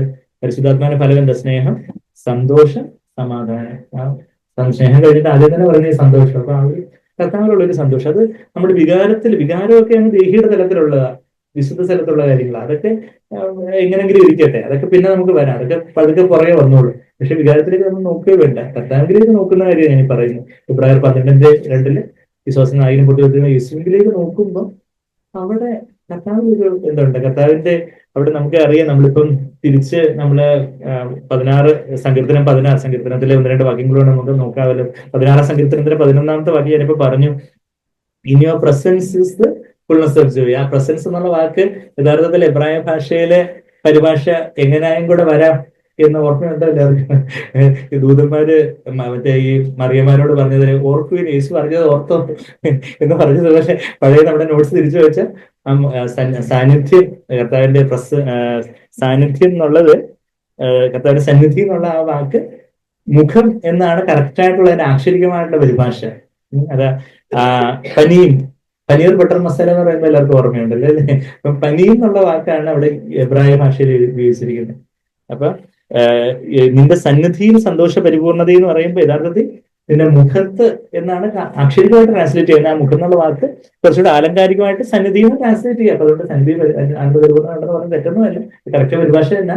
എന്നാൽ കുറച്ചുകൂടെ അക്ഷരികമായിട്ട് പരിഭാഷ നിന്റെ മുഖത്ത്, യേശുവിന്റെ മുഖത്താണ് സന്തോഷപൂർണ്ണതയുള്ളത്. നമ്മുടെ ജീവിതത്തിൽ എന്തെല്ലാം സാഹചര്യങ്ങളൊക്കെ വന്നാലും പ്രധാന മുഖത്തേക്ക് നോക്കുക. നമ്മൾ ആ പത്രോസ് 3 തവണ തള്ളി പറഞ്ഞു എന്നാൽ യേശു തിരിഞ്ഞ് പത്രോസിനെ എന്ന് നോക്കി. ലൂക്കോസ് 22:60, 61, 62 വാക്യങ്ങളിൽ നമ്മളത് വായിക്കുന്നുണ്ട്. പത്രോസ് യേശു തിരിഞ്ഞ് നോക്കുന്നത് കാണണമെങ്കിൽ പത്രോസും തിരിഞ്ഞ് യേശുവിലേക്ക് നോക്കി. എന്നിട്ട് യേശുവിലേക്ക് നോക്കിയപ്പോൾ യേശുവിന്റെ ആ ഒരു സ്നേഹമുള്ള മനസ്സിലുള്ള മുഖം ഞാൻ നിന്നോട് നേരത്തെ പറഞ്ഞായിരുന്നല്ലോ, സാരമില്ല ഞാൻ നിനക്ക് പ്രാർത്ഥിക്കുന്നുണ്ടെന്നുള്ള ആ വാക്യമൊക്കെ ഓരോ പത്രോസ് ഓർത്ത് അത് ദുഃഖത്തോടെ കരഞ്ഞതായിട്ട്. എന്നാൽ അതേ മുഖം തന്നെ കുറച്ച് കഴിയുമ്പോഴത്തേക്കും റോമൻ പടയാളികൾ ആ മുഖത്ത് ഇടിക്കുന്നതും തുപ്പുന്നതും ഒക്കെ നമ്മൾ വായിക്കുന്നുണ്ട് അവിടെ മത്തായി 26-ാം അധ്യായത്തിൽ. നമുക്ക് വേണ്ടി അതെല്ലാം ഇടിയും തുപ്പും ചവിട്ടും ഒക്കെ കർത്താവിന്റെ ശരീരവും കർത്താവിന്റെ മുഖമൊക്കെ നമുക്ക് വേണ്ടി സഹിച്ചു. ആ കർത്താവിന്റെ ആ മുഖത്തേക്ക് നമ്മൾ നോക്കുമ്പോഴാണ് അവിടെ നമുക്കൊരു സന്തോഷമുള്ളത്, പ്രത്യാശയുള്ളത്. ആ മുഖത്ത് അനുഭവത്തിന് പരിപൂർണതയുണ്ട്. നമ്മള് സങ്കീർത്തനത്തിൽ 1-2 വാക്യങ്ങളും കൂടെ വായിക്കാൻ ഞാൻ പറഞ്ഞല്ലോ. 36-ാം സങ്കീർത്തനത്തിലേക്ക് വരുവാണെങ്കിൽ അവിടെ 36-ാം സങ്കീർത്തനത്തിന്റെ 8-ാമത്തെ വാക്യം, നിന്റെ ആലയത്തിലെ പുഷ്ടി അവർ അനുഭവിച്ച് തൃപ്തി പ്രാപിക്കുന്നു, നിന്റെ ആനന്ദ നദി നീ അവരെ കുടിപ്പിക്കുന്നു. പരിശുദ്ധാത്മാവിന്റെ നദി എങ്ങനെയുള്ള നദിയാ? ആനന്ദ നദി. Joy of river of your delights, you give them to drink of the river of your delights. അതിന്റെ തൊട്ടടുത്ത വാക്യത്തില നിന്റെ പക്കൽ ജീവന്റെ ഉറവുണ്ടല്ലോ, നിന്റെ പ്രകാശത്തിൽ ഞങ്ങൾ പ്രകാശം കാണുന്നു. നമ്മെ തന്നെ ശോധന ചെയ്യുന്നതിനെ കുറിച്ചുള്ള ആ ഒരു ദൈവവചനം പറയുമ്പോൾ എപ്പോഴും നമ്മൾ ആ വാക്യം പറയാറുണ്ട്. സങ്കീർത്തനം 36-9 തൊട്ട് മുമ്പുള്ള വാക്യത്തിൽ ആ ആനന്ദ നദി. ഇത് നമ്മൾ 46-ാം സങ്കീർത്തനത്തിലേക്ക് വരുവാണെങ്കിൽ അവിടെ എന്താ വായിക്കുന്നേ? നമ്മള് ഫിലിപ്പിന്റെയും സെറീനയുടെയും കല്യാണത്തിന് വിറ്റപേർ ആ വാക്യം പറഞ്ഞുകൊണ്ടാണല്ലോ തുടങ്ങിയത്. ആ 46-ാം സങ്കീർത്തനത്തിന്റെ അതിന്റെ 4-5 വാക്യങ്ങളിൽ എന്താ നമ്മൾ വായിക്കുന്നത്? 4-ാമത്തെ വാക്യത്തിൽ ഒരു നദിയുണ്ട്. അതിന്റെ തോടുകൾ ദൈവനഗരത്തെ, അത്യുന്നതന്റെ വിശുദ്ധ നിവാസത്തെ തന്നെ സന്തോഷിപ്പിക്കുന്നു. The river whose streams make glad the city of God. ദൈവം അതിന്റെ ഒരു കോണറിൽ പോയി ഇരിപ്പുണ്ട്. അങ്ങനെയാണ്. ദൈവം അതിന്റെ ഒരു മൂലയ്ക്കുണ്ട്. ആണോ? അല്ല, ദൈവം അതിന്റെ മധ്യയുണ്ട്. സങ്കീർത്തനം 46-ന്റെ 5-ാമത്തെ വാക്യം, ദൈവം അതിന്റെ മധ്യയുണ്ട്, അത് കുലുങ്ങി പോയില്ല. കർത്താവ് നമ്മുടെ ജീവിതത്തിന്റെ മധ്യത്തിലേക്ക്, സെന്ററിലേക്ക് വരുമ്പോൾ, നമ്മുടെ ജീവിതത്തിലെ എല്ലാമായിട്ട് കർത്താവിനെ നമ്മൾ അവരോധിക്കുമ്പോൾ, സിംഹാസനത്തിലേക്ക് കർത്താവിനെ എൻറോൺ ചെയ്യുമ്പോൾ, പരിശുദ്ധാത്മാവിന്റെ ആ നദി, ദൈവത്തിന്റെയും കുഞ്ഞാടിന്റെയും സിംഹാസനത്തിൽ നിന്ന് ഒരു പളഞ്ഞ നദി ഒഴുകി വരുന്നതായിട്ട് നമ്മള് അവിടെ വെളിപാട് പുസ്തകം 22-ന്റെ 1-ാമത്തെ വാക്യത്തില്, ബൈബിളിന്റെ അവസാനത്തെ ചാപ്റ്ററിൽ നമ്മൾ വായിക്കുന്നുണ്ട്. ആ പളഞ്ഞ നദി, ദൈവത്തിന്റെ ജീവജല നദി നമ്മുടെ ഹൃദയത്തിലേക്ക് വന്ന് നിറയുമ്പം അവിടെ ഒരു നമ്മളെ സന്തോഷിപ്പിക്കുന്ന ഒരു ആനന്ദ നദിയുണ്ട്. ആ ആനന്ദ നദി നമ്മളിൽ നിന്ന്, നമ്മുടെ ആത്മാവിൽ നിറഞ്ഞു കവിഞ്ഞ് അത് പിന്നെ നമ്മുടെ ദേഹിയിലേക്ക് അത് പ്രവഹിച്ചോളൂ. അത് ആത്മാവില് നിറഞ്ഞു കവിഞ്ഞ് ഈ ഇടമാകുന്ന തിരശ്ശീല ചീന്തപ്പെട്ടിരിക്കുമല്ലേ, ആ ഗ്യാപ്പിലൂടെ എത്രമാത്രം ജലം ചീന്തപ്പെടുന്നു അത്രയധികം പരിശുദ്ധാത്മാവിന് നമ്മളുടെ ദേഹിയിലേക്ക്, പിന്നെ നമ്മുടെ ദേഹത്തിലൂടെ, നമ്മുടെ ദേഹിയിലേക്ക് എന്ന് പറയുന്നത് നമ്മുടെ ചിന്തകളും വികാരങ്ങളും നമ്മുടെ തീരുമാനങ്ങളും അടങ്ങുന്ന നമ്മുടെ ദേഹി, നമ്മുടെ ചിന്തകളെ പരിശുദ്ധാത്മാവിന്റെ ജീവൻ പുതുക്കുന്നു, മനസ്സിനെ പുതുക്കി രൂപാന്തരം പ്രാപിക്കുന്നതിന്റെ കാര്യമൊക്കെ നമ്മൾ റോമർ 12-2 വായിക്കുന്നു. നമ്മുടെ വികാരങ്ങളില് ദൈവത്തിന് ആ സന്തോഷം റിഫ്ലക്ട് ചെയ്യും. പക്ഷെ നമ്മൾ വികാരങ്ങളിലേക്ക് നോക്കിക്കൊണ്ടിരിക്കരുത് എന്നുള്ളതേ ഉള്ളൂ. വികാരങ്ങളിലേക്ക് നോക്കിക്കൊണ്ടിരുന്ന അത് പെട്ടെന്ന് നമ്മൾ ഈ സോപ്പ് കുമ്പള പിടിക്കാൻ പോകുന്നതൊക്കെ ഇരിക്കും. വികാരങ്ങളിലേക്ക് നോക്കിക്കൊണ്ടിരില്ല, എന്താ അവിടെ അവിടെ സന്തോഷമൊക്കെ അങ്ങ് പോയെന്ന് കർത്താവിലേക്ക് നോക്കിയിട്ട് ആ ജീവിതത്തിന് നദി, കർത്താവിലേക്ക് നോക്കുമ്പോൾ സന്തോഷമുണ്ട്. കർത്താവിലേക്ക് നോക്കിയാൽ മതി, വേറെ നോക്കാൻ നമ്മളോട് പറയുന്നില്ല. കർത്താവിലേക്ക് നോക്കുമ്പോൾ ദൈവം തന്നെ പിന്നെ നമ്മളുടെ പാസ്റ്റിലേക്ക് നോക്കി, നമ്മുടെ ഭൂതകാലത്തേക്ക് നോക്കി നന്ദി പറയാനും ബാക്കി കാര്യങ്ങൾ ദൈവം നോക്കി കാണുന്ന രീതിയിൽ കാണിക്കാനും നോക്കാനും ഒക്കെ കർത്താവിനെ നമ്മളെ ബലപ്പെടുത്തിക്കൊള്ളും. പ്രാഥമികമായിട്ട് നമ്മൾ കർത്താവിലേക്ക് നോക്കിയാൽ മതി. കർത്താവിലേക്ക് നോക്കുമ്പോൾ നമ്മളുടെ ആ ജീവിതത്തിന് നദി നമ്മുടെ വികാരങ്ങളിലും റിഫ്ലക്ട് ചെയ്തോളും. അത് നമ്മൾ ഫോക്കസ് ചെയ്തുകൊണ്ടിരിക്കേണ്ടെന്നുള്ളതേ ഉള്ളൂ. പിന്നെ നമ്മളുടെ തീരുമാനങ്ങളിലും ആ ദൈവത്തിന്റെ സന്തോഷത്തോടെ, കർത്താവിന്റെ സന്തോഷം എനിക്ക് ബലമാകുന്നു എന്നൊക്കെ നെഹമ്യ 8-10 വാക്യം, ഞങ്ങൾ സമയക്കുറവുകൊണ്ട് ആ വാക്യം എടുക്കുന്നില്ല, നമുക്ക് മിക്കവർക്കും അറിയാം, നമുക്ക് റെഫറൻസ് ആയിട്ട് എഴുതി വെക്കാം. നെഹമ്യാവ് 8-ാം 10-ാമത്തെ വാക്യത്തിൽ എന്താ പറയുന്നത്? Joy of the Lord is our strength. നമുക്ക് എല്ലാ കാര്യങ്ങളും സന്തോഷത്തോടെ ചെയ്യാൻ, ചില കാര്യങ്ങൾ നമ്മൾ നിരാശപ്പെട്ട് കഴിഞ്ഞാൽ നമ്മൾ നിരാശപ്പെട്ട് അങ്ങ് കടന്നു പോകും. പക്ഷെ കർത്താവിന്റെ ഒരു സന്തോഷം നമുക്ക് ഉള്ളപ്പോൾ നമുക്കൊരു എനർജിയാണ്. നമ്മള് എന്നെ ക്ഷീണം എന്തെന്ന് അറിയില്ല ഞാൻ എന്ന് പറയുന്നതില് കർത്താവിന്റെ സന്തോഷത്തിന് ഒരു ആനന്ദ നദിയുണ്ട്. അത് കർത്താവിന്റെ സന്തോഷം നമുക്ക് ബലമാണെന്നാണ് നെഹമ്യാവ് 8-ാം അധ്യായത്തിന്റെ 10-ാമത്തെ വാക്യത്തിൽ നമ്മൾ വായിക്കുന്നത്. നമുക്ക് എല്ലാ കാര്യങ്ങളും ചെയ്യുവാനും കർത്താവിൽ നിന്നാണ് എല്ലാം ചെയ്യുവാനും ഒക്കെ ഉള്ളൊരു ബലമായിട്ട് സന്തോഷമായി തീരും. അത് പിന്നെ നമ്മുടെ തീരുമാനങ്ങളിൽ അത് റിഫ്ലക്ട് ചെയ്യുമ്പോൾ നമ്മളുടെ വാക്കുകളിലൂടെ, നമ്മളുടെ നോട്ടത്തിലൂടെ, നമ്മളുടെ പ്രവൃത്തിയിലൂടെ ഒക്കെ ഈ സന്തോഷം വെളിപ്പെടും. നമ്മളുടെ ഇവിടെ ഒരു വിരൽ വെച്ചുകൊണ്ട് നമ്മള് എക്ലേസിയാസ്റ്റസ് സഭാപ്രസംഗിയില് ഇവിടെ ഒരു വിരൽ വെക്കാൻ ഞാൻ പറയാൻ കാരണം എന്ന് വെച്ചാല് അതിന്റെ തൊട്ട് അവിടെ അതുകൂടെ അങ്ങ് പറഞ്ഞുകൊണ്ട് ഞാൻ അങ്ങോട്ട് പോവാം. അതായത് കർത്താവ് he's anointed with oil of gladness എന്ന് 46-ാം സങ്കീർത്തനം തൊട്ട് മുമ്പ് 45-ാം സങ്കീർത്തനം അതിന്റെ 7-ാമത്തെ വാക്യം ഇവിടുന്ന് വായിച്ചുകൊണ്ട് നമുക്ക് അങ്ങോട്ട് പോവാം. അതുകൂടെ വായിച്ചാൽ അങ്ങ് നിർത്താം. സങ്കീർത്തനം 45-ന്റെ 7-ാമത്തെ വാക്യത്തില് നീ നീതിയെ ഇഷ്ടപ്പെട്ടു. ഇത് എബ്രായർ 1-9 എബ്രായ ലേഖകൻ ഒരു പൗലോസ് അതവിടെ കോട്ട് ചെയ്യുന്നതായിട്ട് നമുക്കറിയാം. നീ നീതി, യേശുവിനെ കുറിച്ചുള്ള വാക്കാണ് മെസ്സിയാനിക് സാം, ബ്രൈഡൽ സാം. ആത്മമണവാളനെ കർത്താവിനെ കുറിച്ച് എന്താ പറയുന്നത്? നീ നീതിയെ ഇഷ്ടപ്പെട്ടു, ദുഷ്ടതയെ ദ്വേഷിക്കുന്നു, അതുകൊണ്ട് ദൈവം, നിന്റെ ദൈവം തന്നെ നിന്റെ കൂട്ടുകാരിൽ പരമായി നിന്നെ ആനന്ദ തൈലം കൊണ്ട് അഭിഷേകം ചെയ്തിരിക്കുന്നു. കർത്താവ് ദുഃഖപുത്രനാണ്, വ്യസനപാത്രമാണ്. ശരിയാണ്. യെശയ്യാവ് 53-ന്റെ 2-ാമത്തെ വാക്യത്തിൽ നമ്മൾ കർത്താവിനെ വ്യസനപാത്രം എന്ന് നമ്മളവിടെ വായിക്കുന്നുണ്ട്. യെശയ്യാവ് 53-ന്റെ 2-ആണോ 3-ആണോ ഞാൻ നോക്കിക്കോട്ടെ. യെശയ്യാവ് 53-ന്റെ അതിന്റെ 3-ാമത്തെ വാക്യത്തില് എ മാൻ ഓഫ് സോറോസ്, വ്യസനപാത്രമാണ്. യെശയ്യാവ് പ്രവചനാത്മാവിൽ നോക്കിയപ്പോ ആ സഫർ ചെയ്യുന്ന, കഷ്ടപ്പെടുന്ന ദൈവത്തിന്റെ ദാസൻ. അപ്പൊ ആ കർത്താവിന്റെ ജീവിതത്തിലുള്ള ദുഃഖങ്ങളും കാര്യങ്ങളും ഒക്കെ കാണുന്ന ഇവിടെ സങ്കീർത്തനക്കാരൻ ഇത് പ്രവചനാത്മാവിൽ നോക്കിയപ്പോ അവൻ ആനന്ദ ഈ ദുഃഖപുത്രനാണ്. പല ദുഃഖങ്ങളും പ്രയാസങ്ങളും എല്ലാം കർത്താവിന്റെ ജീവിതത്തിൽ നമ്മുടെ വചനത്തിൽ തന്നെ കാണാതെ എഴുതിയിട്ടുള്ളതല്ലാത്തായിട്ടുള്ള എന്തെല്ലാം ദുഃഖങ്ങളും പ്രയാസങ്ങളും ദുരിതങ്ങളും ഒക്കെ കർത്താവ് നമ്മളെ പോലെ എല്ലാത്തിനും പെട്ടിരിക്കുന്നുവെന്ന് നമ്മള് എബ്രായർ 4-15 വായിക്കണമെങ്കിൽ അതുപോലുള്ള പല പല കഷ്ടതകളിലൂടെ രോഗം ശീലിച്ചവനായി എന്നൊക്കെ നമ്മൾ ഇതേ യെശയ്യാവ് 53-ല് നമ്മൾ വായിക്കുന്നുണ്ട്. അപ്പൊ അതുപോലുള്ള പല പല കാര്യങ്ങളിലൂടെയൊക്കെ കർത്താവ് കടന്നു പോയിട്ടുണ്ട്. അപ്പോ എന്നാൽ വ്യസനപാത്രമാണ്, മാൻ ഓഫ് സോറോസ് ആണ്. എന്നാൽ ഈ ദുഃഖങ്ങളുടെയൊക്കെ നടുവില് ഒരു ആനന്ദ നദി, പരിശുദ്ധാത്മാവിന്റെ ആനന്ദ നദി എപ്പോഴും നമുക്കൊരു എക്സാമ്പിൾ ഉണ്ട്. നമുക്കൊരു എക്സോർട്ടേഷൻ മാത്രമല്ല ഉള്ള ഒരു എക്സാമ്പിൾ ഉണ്ട്. നമുക്കൊരു പ്രബോധനം, എന്താണ് പറയുന്നത്, എപ്പോഴും സന്തോഷിക്കും എന്നുള്ള എക്സോർട്ടേഷൻ, ഒരു പ്രബോധനം മാത്രമല്ല ഉള്ള എക്സാമ്പിൾ ആയിട്ട് യേശുവും പൗലോസും എല്ലാം ഉണ്ട്.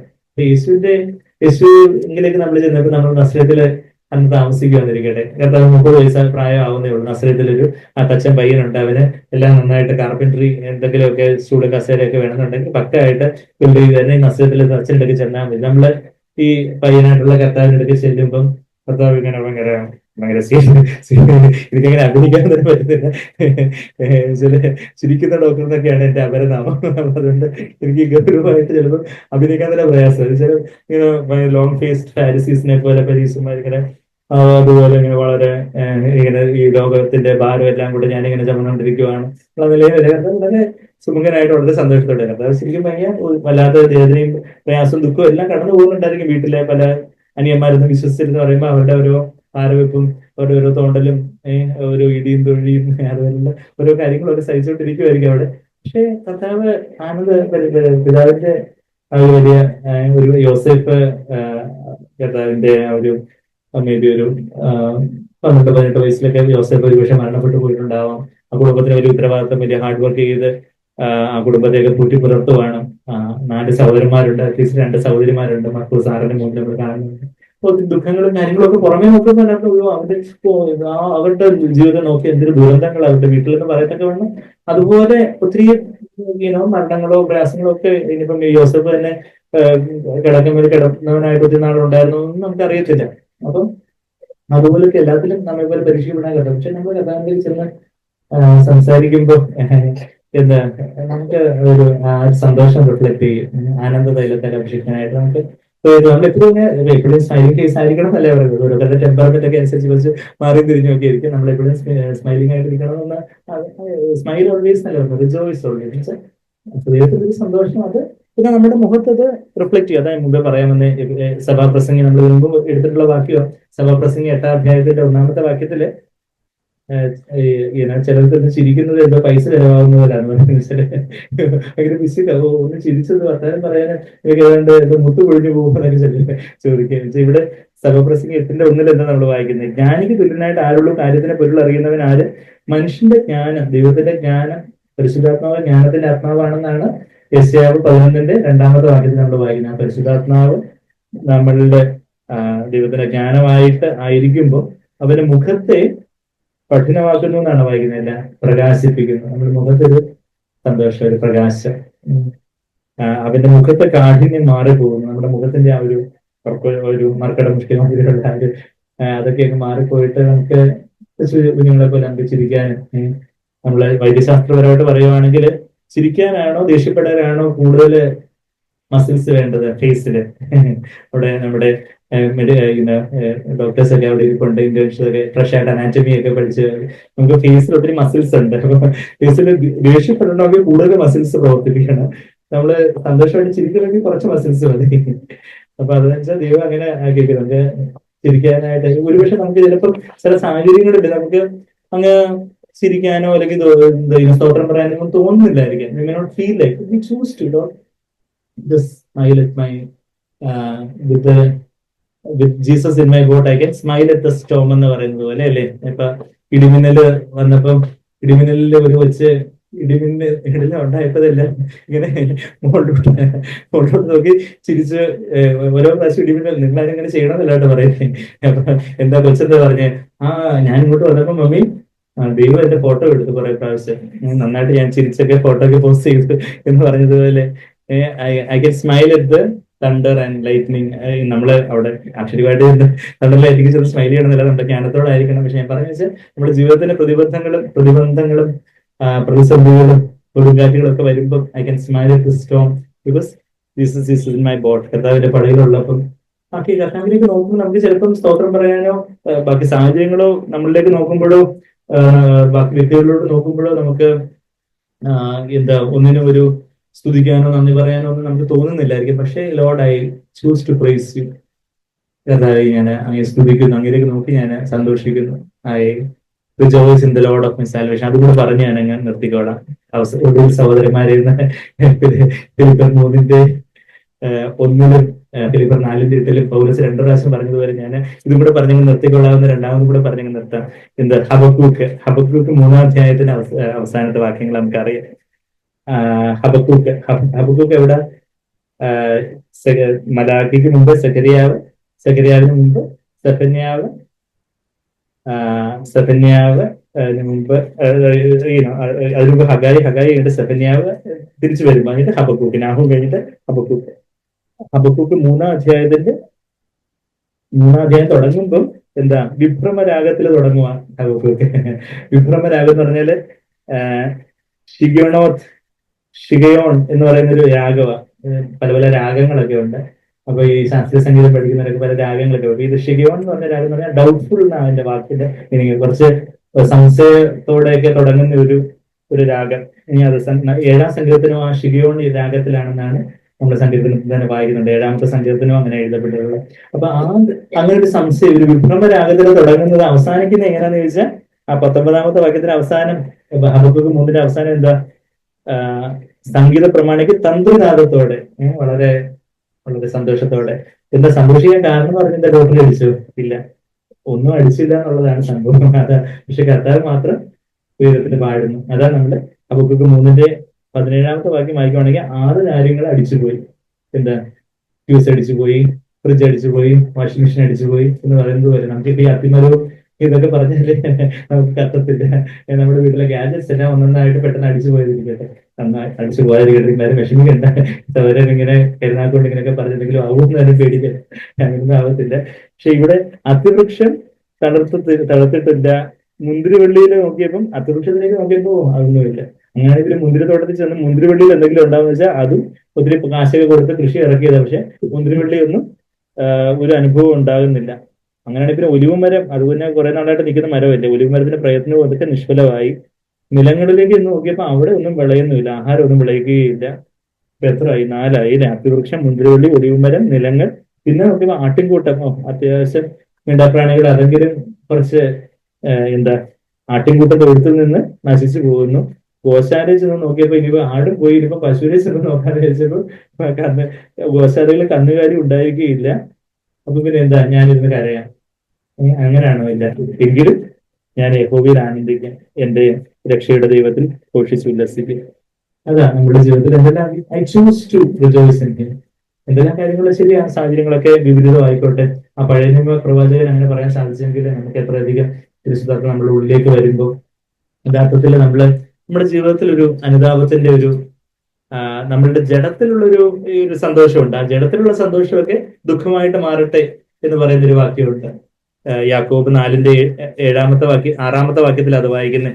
യാക്കോബ് 4-ന്റെ നമ്മുടെ ജഡികമായ ഇന്ന് ലോകത്തിലെ ആൾക്കാരൊക്കെ ഇങ്ങനെ എന്തെങ്കിലുമൊക്കെ അശ്ലീല തമാശയോ എന്തെങ്കിലുമൊക്കെ ആൾക്കാർക്ക് പാരവച്ച് ഭയങ്കര ഹാഹാന്ന് ചിരിക്കുന്ന അങ്ങനെ ഒരു ജഡത്തിന്റെ സന്തോഷം, ആ കാര്യമല്ല പറയുന്നത്. അതാ നമ്മള് ഇവിടെ ബി മിസറബിൾ ആൻഡ് മോൺ, അത് 9-ാമത്തെ വാക്യം, യാക്കോബ് 4-ന്റെ 9-ാമത്തെ വാക്യത്തില് സങ്കടപ്പെട്ട് ദുഃഖിച്ച് കരയുവിൻ, നിങ്ങളുടെ ചിരി ദുഃഖമായും സന്തോഷം വിഷാദമായും തീരട്ടെ. നമ്മളെ ജഡികമായിട്ടുള്ള അയാൾക്ക് അങ്ങനെ സംഭവിച്ചു, ഭയങ്കര സന്തോഷം, എന്നെ പാരവെച്ച അയാൾക്ക് ഇന്ന് സംഭവിച്ചു, അതുകൊണ്ട് ദൈവത്തിന് സ്തോത്രം, അങ്ങനെയുള്ള സന്തോഷമല്ല. അങ്ങനെയൊക്കെയുള്ള ജഡികമായ സന്തോഷമൊക്കെ എന്താ അങ്ങനെയുള്ള അവിടെ ഒരു അനുതാപം, നമ്മളുടെ ആ ഒരു ജഡികമായ അങ്ങനെയൊക്കെയുള്ള ചിരിയും കാര്യങ്ങളൊക്കെ, അതൊക്കെ ദുഃഖവും വിഷാദവും ഒരു അനുതാപം.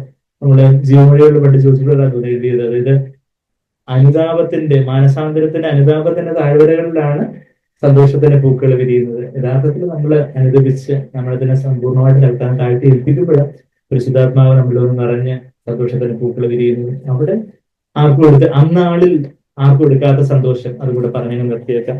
യോഹന്നാൻ 16-ാം അധ്യായത്തിന്റെ 22-ാമത്തെ വാക്യത്തിലെ കർത്താവ് പറയുന്നത് എന്താ? നമ്മൾ ഇതിനു മുമ്പ് യോഹന്നാന്റെ ബൈബിൾ സ്റ്റഡിയിലൊക്കെ നമ്മൾ കണ്ടിട്ടുള്ള വാക്യങ്ങൾ തന്നെ. യോഹന്നാൻ 16-ാം അധ്യായത്തിന്റെ 20-ാമത്തെ വാക്യത്തില് അവസാനം നിങ്ങൾ ദുഃഖിക്കും, ഇപ്പൊ നിങ്ങൾ ദുഃഖിച്ചുകൊണ്ടിരിക്കുന്ന നിങ്ങളുടെ ദുഃഖം സന്തോഷമായി തീരും. അത് 21-ാമത്തെ വാക്യത്തിൽ സ്ത്രീ പ്രസവിക്കുമ്പോൾ അതിന്റെ നാഴിക വന്നതുകൊണ്ട് അവർക്ക് ദുഃഖമുണ്ട്. അതായത് അന്ന് ശിഷ്യന്മാര് ആ പ്രസവവേദന പോലുള്ള ദുഃഖത്തിലൂടെ കടന്നുപോയിട്ടാണ് സന്ധ്യയാകുന്ന ഒരു കുഞ്ഞ് അവിടെ പെന്തക്കോസ്ത് ഉരുവായപ്പോൾ അവർക്ക് വലിയ സന്തോഷമായി എന്ന് പറയുന്ന ആ ഒരു ഉപമ അവിടെ പറഞ്ഞിരിക്കുന്നത്. 22-ാമത്തെ വാക്യത്തിൽ അങ്ങനെ നിങ്ങൾക്ക് ഇപ്പോൾ ദുഃഖമുണ്ട്, എങ്കിലും ഞാൻ പിന്നെ നിങ്ങളെ കാണും, നിങ്ങളുടെ ഹൃദയം സന്തോഷിക്കും, നിങ്ങളുടെ സന്തോഷം ആരും നിങ്ങളിൽ നിന്ന് എടുത്തു കളയുകയില്ല. അന്ന് എപ്പോഴാ ഇത് സംഭവിക്കുന്നതെന്ന് ചോദിച്ചാൽ, പുനരുദ്ധാനം കഴിഞ്ഞ് യേശു അവരെ കണ്ടപ്പോൾ കുറച്ചു നേരത്തേക്ക് ഒരു സന്തോഷമൊക്കെ ഉണ്ടായിരുന്നു. പിന്നെ കുറച്ച് കഴിയുമ്പോൾ വാതിലടച്ചിരുന്നു. എന്നാൽ അന്ന് എന്ന് പറയുന്നത് 23-ാമത്തെ വാക്യത്തിൽ അന്നെന്ന് പറഞ്ഞാൽ എന്നാ, പരിശുദ്ധാത്മാവിനെ തരുന്ന ദിവസം. ആ 14-ാം അധ്യായത്തിന്റെ 15 മുതൽ 16 മുതൽ 14-16 മുതൽ പരിശുദ്ധാത്മാവിനെ കുറിച്ച് പറഞ്ഞിട്ടാണ് 20-ാമത്തെ വാക്യത്തില് അന്ന് അറിയും ഞാൻ എന്റെ പിതാവിലും നിങ്ങൾ എന്നിലും ഞാൻ നിങ്ങളിൽ നിന്ന് നിങ്ങൾ അന്നറിയും. ആ അന്നാണ്, അതായത് പരിശുദ്ധാത്മാവ് നമ്മളിലേക്ക് ശക്തിയോടെ വരുന്ന ആ നാളിലാണ് നമ്മളുടെ ദുഃഖം എല്ലാം സന്തോഷമായി തീരും. പിന്നെന്താ, നമ്മള് 20-ാമത്തെ വാക്യത്തിൽ ദുഃഖം സന്തോഷമായി തീരും. 21-ാമത്തെ വാക്യത്തില് കഷ്ടം പിന്നെ ഓർക്കുന്നില്ല. 22-ാമത്തെ വാക്യത്തില് എന്താ, നിങ്ങളുടെ സന്തോഷം ആരും നിങ്ങളിൽ നിന്ന് എടുത്തു കളയില്ല. ആരെങ്കിലും ഒക്കെ വിചാരിച്ച നമ്മളിലേക്ക് ജയിലിൽ കൊണ്ടുപോയി ഇട്ടാലും എന്തെങ്കിലുമൊക്കെ വല്ലാത്ത പെടാപ്പാടുകളൊക്കെ നമ്മൾ വന്നാലും നമ്മൾ യഥാർത്ഥത്തിൽ പരിശുദ്ധാത്മാവിന്റെ നിറവ് അനുഭവിക്കുന്ന ഒരു സഹോദരന് പൗലോസിനെ ജയിലിൽ കൊണ്ടിട്ടപ്പോഴും അവിടെ ഇരുന്ന് സന്തോഷിച്ചുകൊണ്ടിരിക്കുക. ഇതെന്ത് മനുഷ്യൻ! അവിടെ അപ്പോസ്തലരുടെ 16-ാം അധ്യായത്തിലും പൗലോസും ശീലാസും കൂടെ കാരാഗ്രഹത്തിൽ ദുഃഖിച്ച് കരഞ്ഞുകൊണ്ടിരുന്നില്ല. അവര് സ്തോത്രത്തോടെ ദൈവത്തെ സ്തുതിച്ചുകൊണ്ടിരുന്നപ്പോഴാണ് അവിടെ ആ ചങ്ങലകളൊക്കെ അവിടെ അത് വീണുപോയി അവര് വിടുവിക്കപ്പെടുന്നതായിട്ട് ഒരു കാര്യമൊക്കെ നമ്മളവിടെ വായിക്കുന്നത്. നമ്മളുടെ പ്രതികൂലമായിട്ടുള്ള സാഹചര്യങ്ങളിലെല്ലാം കർത്താവിലേക്ക് നോക്കാൻ, കർത്താവിന്റെ മുഖത്തേക്ക് നോക്കുവാൻ, എപ്പോഴും കർത്താവിൽ സന്തോഷിപ്പാൻ, നമ്മുടെ വികാരങ്ങളിലോട്ടോ നമ്മുടെ സാഹചര്യങ്ങളിലോട്ടോ മറ്റു വ്യക്തികളിലോട്ടോ നോക്കി നിരാശപ്പെടാനല്ല, മറിച്ച് വിശ്വാസം നായകനും പുറത്തുവരുത്തുന്നവനായ യേശുവിലേക്ക് നോക്കി സന്തോഷിക്കുവാൻ. ആ കർത്താവിലേക്ക് നോക്കുമ്പോൾ നമ്മുടെ സമ്പൂർണ്ണമായിട്ട് താഴ്ത്തി ഏൽപ്പിക്കുമ്പോൾ പരിശുദ്ധാത്മാവ് ആനന്ദതൈലത്തര നമ്മളെ നിറയ്ക്കും. ആനന്ദം അത് നമ്മളുടെ ഹൃദയത്തിലേക്ക് ഒഴുകും. ആർക്കും എടുത്തുകൊണ്ട് പോകാൻ പറ്റാത്തൊരു സന്തോഷം നമ്മളിൽ നിറയും. അങ്ങനെ ഒരു സന്തോഷം കർത്താവ് അനുഭവിക്കുന്നവരായിട്ട് നമ്മളെല്ലാവരും ഓരോരുത്തരും ആയി തീരട്ടെ. കർത്താവ് നമ്മളെ സഹായിക്കട്ടെ. നമ്മളെ എന്നും കരുതുന്ന ഒരു കർത്താവ്, നമുക്ക് യേശു മതിയായവൻ എന്നാണ് നമ്മളവിടെ പാടുന്നത്. യേശുവിലുള്ള സന്തോഷം ശരിയാണ്. പ്രതികൂലങ്ങളും പ്രയാസങ്ങളും ഒക്കെ നമ്മുടെ ജീവിതത്തിൽ വന്ന് ആഞ്ഞടിക്കുമ്പോൾ കർത്താവിലാണ് എൻ്റെ സന്തോഷം. നമ്മളെ സാധു കുസുഞ്ഞുപദേശിയുടെ ആ ഒരു പാട്ടില് ആനന്ദമുണ്ട്, എനിക്ക് ആനന്ദമുണ്ട് യേശു മഹാരാജ സന്നിധിയിൽ എന്നെല്ലാം പാടി വന്നിട്ട് ആ പാട്ടിൽ അവസാനം ഓർത്താൽ ഈ ക്ഷോണിയിൽ മഹാദുഃഖം, എന്നാലും നിൻമുഖ ശോഭ അതിൻ മൂലം സന്തോഷകാന്തി കൊണ്ട് ആനന്ദിക്കും. ശരിയാണ്. ഓർത്താൽ ഈ ക്ഷോണിയിലെ വലിയ ദുഃഖങ്ങളും കാര്യങ്ങളും എല്ലാം ഉണ്ട്. എങ്കിലും അവിടുത്തെ മുഖശോഭ കർത്താവിലേക്ക് നോക്കുമ്പോൾ, കർത്താവിൻ്റെ മുഖത്തേക്ക് നോക്കുമ്പം അവിടെ ഒരു പ്രകാശമുണ്ട്. അവിടെ ആ പുഞ്ചിരിയുടെ പ്രകാശം, കർത്താവിൻ്റെ കരുതലിൻ്റെ പ്രകാശം. കർത്താവ് നമ്മളെ മനസ്സോടെ നമ്മളെ അഫ്ലിക്റ്റ് ചെയ്യുന്നില്ല, കഷ്ടപ്പെടുത്തുന്നില്ല എന്നാണ് നമ്മൾ യെരമ്യാവിന് എഴുതിയിട്ടുള്ള വിലാപങ്ങളുടെ പുസ്തകം 3-ാം അധ്യായത്തിന് 31 നമ്മൾ വായിക്കുന്ന, he does not afflict the sons of men willingly. മനസ്സോടല്ല. പല കഷ്ടങ്ങളും ചില രോഗാവസ്ഥകളും പ്രയാസങ്ങളും ഒക്കെ നമ്മൾ കടന്നു പോകുമ്പോൾ ദൈവം മനസ്സോട് അനുവദിക്കുന്നതല്ല, എന്നാൽ നമ്മളുടെ ആത്യന്തികമായിട്ട് നന്മയ്ക്കായിട്ട് ദൈവം ചില കാര്യങ്ങളിൽ ദൈവത്തിൻ്റെതായ ഒരു ജ്ഞാനത്തിൽ ചില കാര്യങ്ങൾ നമുക്ക് അതിൻ്റെ ഫുള്ളായിട്ടുള്ള ആൻസർ ദൈവം എന്തുകൊണ്ട് അനുവദിക്കുന്നു ഫുള്ളായിട്ടൊന്നും നമുക്കറിയില്ലെങ്കിലും എന്നെ യേശുവിനെ പോലെ ആക്കി തീർക്കാനായിട്ട് എന്നെ കർത്താവ് ബാലശിക്ഷ കഴിക്കുന്നു. കർത്താവിലേക്ക് നോക്കാനായിട്ട്, കർത്താവിൻ്റെ മുഖത്തേക്ക് നോക്കുവാനും. അത് നമ്മൾ ഈ പാട്ടിൽ പാടുന്ന, ഇന്നും കരുതുന്നവൻ യേശു, ഇന്നും കാക്കുന്നവൻ യേശു, എൻ്റെ എല്ലാ കാലത്തും എൻ്റെ കർത്താവ് മതിയായവനായിട്ടുണ്ട്. ജയോത്സവമായിട്ട് നടത്താൻ നമ്മൾ ജഗപേർന്ന് കേട്ടതുപോലെ ദുഃഖമായാലും പട്ടിണിയായാലും ആപത്തായാലും തീർച്ചവാളായാലും ഉഷസ്സോ സന്ധ്യയോ ഇരുളോ പ്രകാശവോ ഉയർച്ചയോ താഴ്ചയോ ലാഭമോ നഷ്ടവും മാറായോ ചെങ്കടലോ എരിഹോ യോർദാനോ ജീവനോ മരണമോ എന്തായാലും കർത്താവേ, അവിടെ എല്ലാം കർത്താവ് അനന്യനായിട്ടുണ്ട്. കാലവേദായാലും യേശു അനന്യൻ തന്നെ. അവിടെ ഇന്നലെയും ഇന്നും എന്നും അനന്യനാണ്. അവിടെ മതിയായവനാണ്, മാറാത്തവനാണ്. എബ്രായർ 13:8 നമ്മൾ വായിക്കുന്ന പോലെ കർത്താവിൻ്റെ കരുതലിൻ്റെ കരങ്ങളെ ഒന്നുകൂടെ മുറുകെ പിടിച്ചുകൊണ്ട് കർത്താവിൻ്റെ തിരുമുഖത്തേക്ക് നോക്കി കർത്താവിന് മറുപടി ചാരി ആ ഒരു സ്വസ്ഥതയോടെ സന്തോഷത്തോടെ കർത്താവിലുള്ള സന്തോഷത്തോടെ പ്രത്യാശയോടെ കർത്താവിനെ നോക്കിക്കൊണ്ട് നമുക്ക് പാടാം. എന്നെന്നും കാക്കുന്നു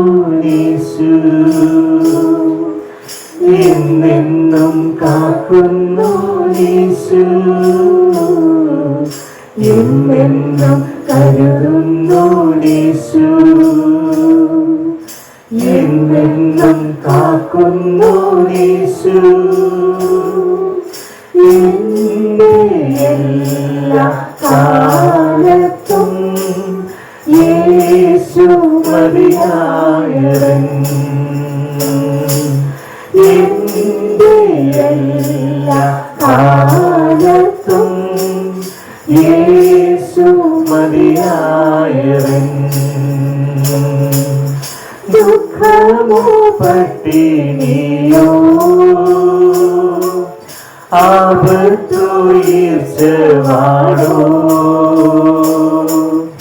ഉഷ സന്ധ്യയതോ ഇരുളോ പ്രകാശമോ എന്റെ എല്ലാ കാലത്തും യേശു മതിയായവൻ എന്റെ എല്ലാ കാലത്തും യേശു മതിയായവൻ ഉയർച്ചതാശയതോ ലാഭമോ നഷ്ടമതോ മറയോ ചെങ്കടലോ എരിഹോ യോർദാനോ എന്റെ എല്ലാ കാലത്തും യേശു മതിയായവൻ എന്റെ എല്ലാ കാലത്തും യേശു മതിയായവൻ ജീവനോ മരണമോ ഏതായാലും സമ്മതം കാലമേതായാലും യേശുവനന്യൻ തന്നെ എന്റെ എല്ലാ കാലത്തും യേശു മതിയായവൻ എന്റെ എല്ലാ കാലത്തും യേശു മതിയായവൻ എന്നെന്നും കരുതുന്നു യേശു എന്നെന്നും കാക്കുന്നു യേശു എന്നെന്നും കരുതുന്നു യേശു എന്നെന്നും കാക്കുന്നു യേശു എന്റെ എല്ലാ കാലത്തും യേശു മതിയായവൻ എന്റെ എല്ലാ കാലത്തും യേശു മതിയായവൻ. അതെ, നമ്മുടെ എല്ലാ കാലത്തും കർത്താവ് മതിയായവൻ. ഏതെല്ലാം സാഹചര്യങ്ങളിലൂടെ നമ്മൾ കടന്നുപോയാലും അവിടെ എല്ലാം എന്റെ കർത്താവ് മതിയായവനാണ്. കർത്താവ് നമ്മളെ ക്ലേശിപ്പിച്ച ദുഃഖിപ്പിച്ച സംവത്സരങ്ങൾ കൊത്തവണ്ണം ഞങ്ങളെ സന്തോഷിപ്പിക്കണമേ എന്ന് സങ്കീർത്തനത്തില് നമ്മളെ വായിക്കുന്നുണ്ട്. നമ്മളെ പല ദുഃഖങ്ങളിലൂടെ ക്ലേശങ്ങളിലൂടെയൊക്കെ കർത്താവ് നമ്മളെ കടത്തിവിട്ട സംവത്സരങ്ങൾ കൊത്തവണ്ണം കർത്താവ് അവിടെ തന്നെ സന്തോഷിപ്പിക്കണമേ എന്ന് സങ്കീർത്തനക്കാരൻ പറയുന്നത് പോലെ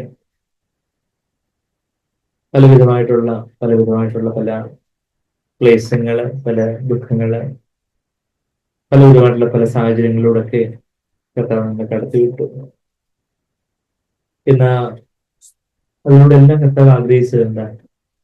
നമ്മളുടെ ആ ജഡമാകുന്ന തിരശ്ശീല ജഡം അത് നുറുങ്ങി പരിശുദ്ധാത്മാവിന്റെ ജീവൻ, ദൈവത്തിന്റെ ജീവൻ നമ്മളെല്ലാം അധികരിച്ച് അധികമായിട്ട് ഒന്നും നിറഞ്ഞ് നമ്മള് അധികമായിട്ട് യേശുവിനോടുള്ള ആഴത്തിലുള്ള ഒരു കൂട്ടായ്മയിലേക്ക് പ്രവേശിച്ച് അധികം സൗരഭ്യവാസനയുള്ളവരായിട്ട്, അധികം മുറുക്കപ്പെട്ടവരായിട്ട്, പെൺകൾ ഭരണി അധികം ഉടക്കപ്പെട്ട് അതിന്റെ പരിമളതയിലും അതിന്റെ സൗരഭ്യം അധികം പരത്തുന്നവരായിട്ട് ആയിത്തീരാൻ ദൈവം നമ്മളെ കുറിച്ച് ആഗ്രഹിച്ച് പലപ്പോഴും നമ്മള് ആ സാഹചര്യങ്ങളിലൊക്കെ പരാതിപൂർവ്വമൊക്കെ പറഞ്ഞ് നമ്മള് കർത്താവിന്റെ കരം തട്ടി മാറ്റുകയും നമ്മൾ കർത്താവിനോട് മത്സരിക്കുകയും പരാതി പറയുകയും പിറുപിറുക്കുകയും ഒക്കെ നമ്മൾ പലപ്പോഴും ചെയ്തു പോയിട്ടുണ്ട്. എന്നാൽ അതൊക്കെ കർത്താവിനോട് നമുക്ക് മാപ്പ് ചോദിക്കാം.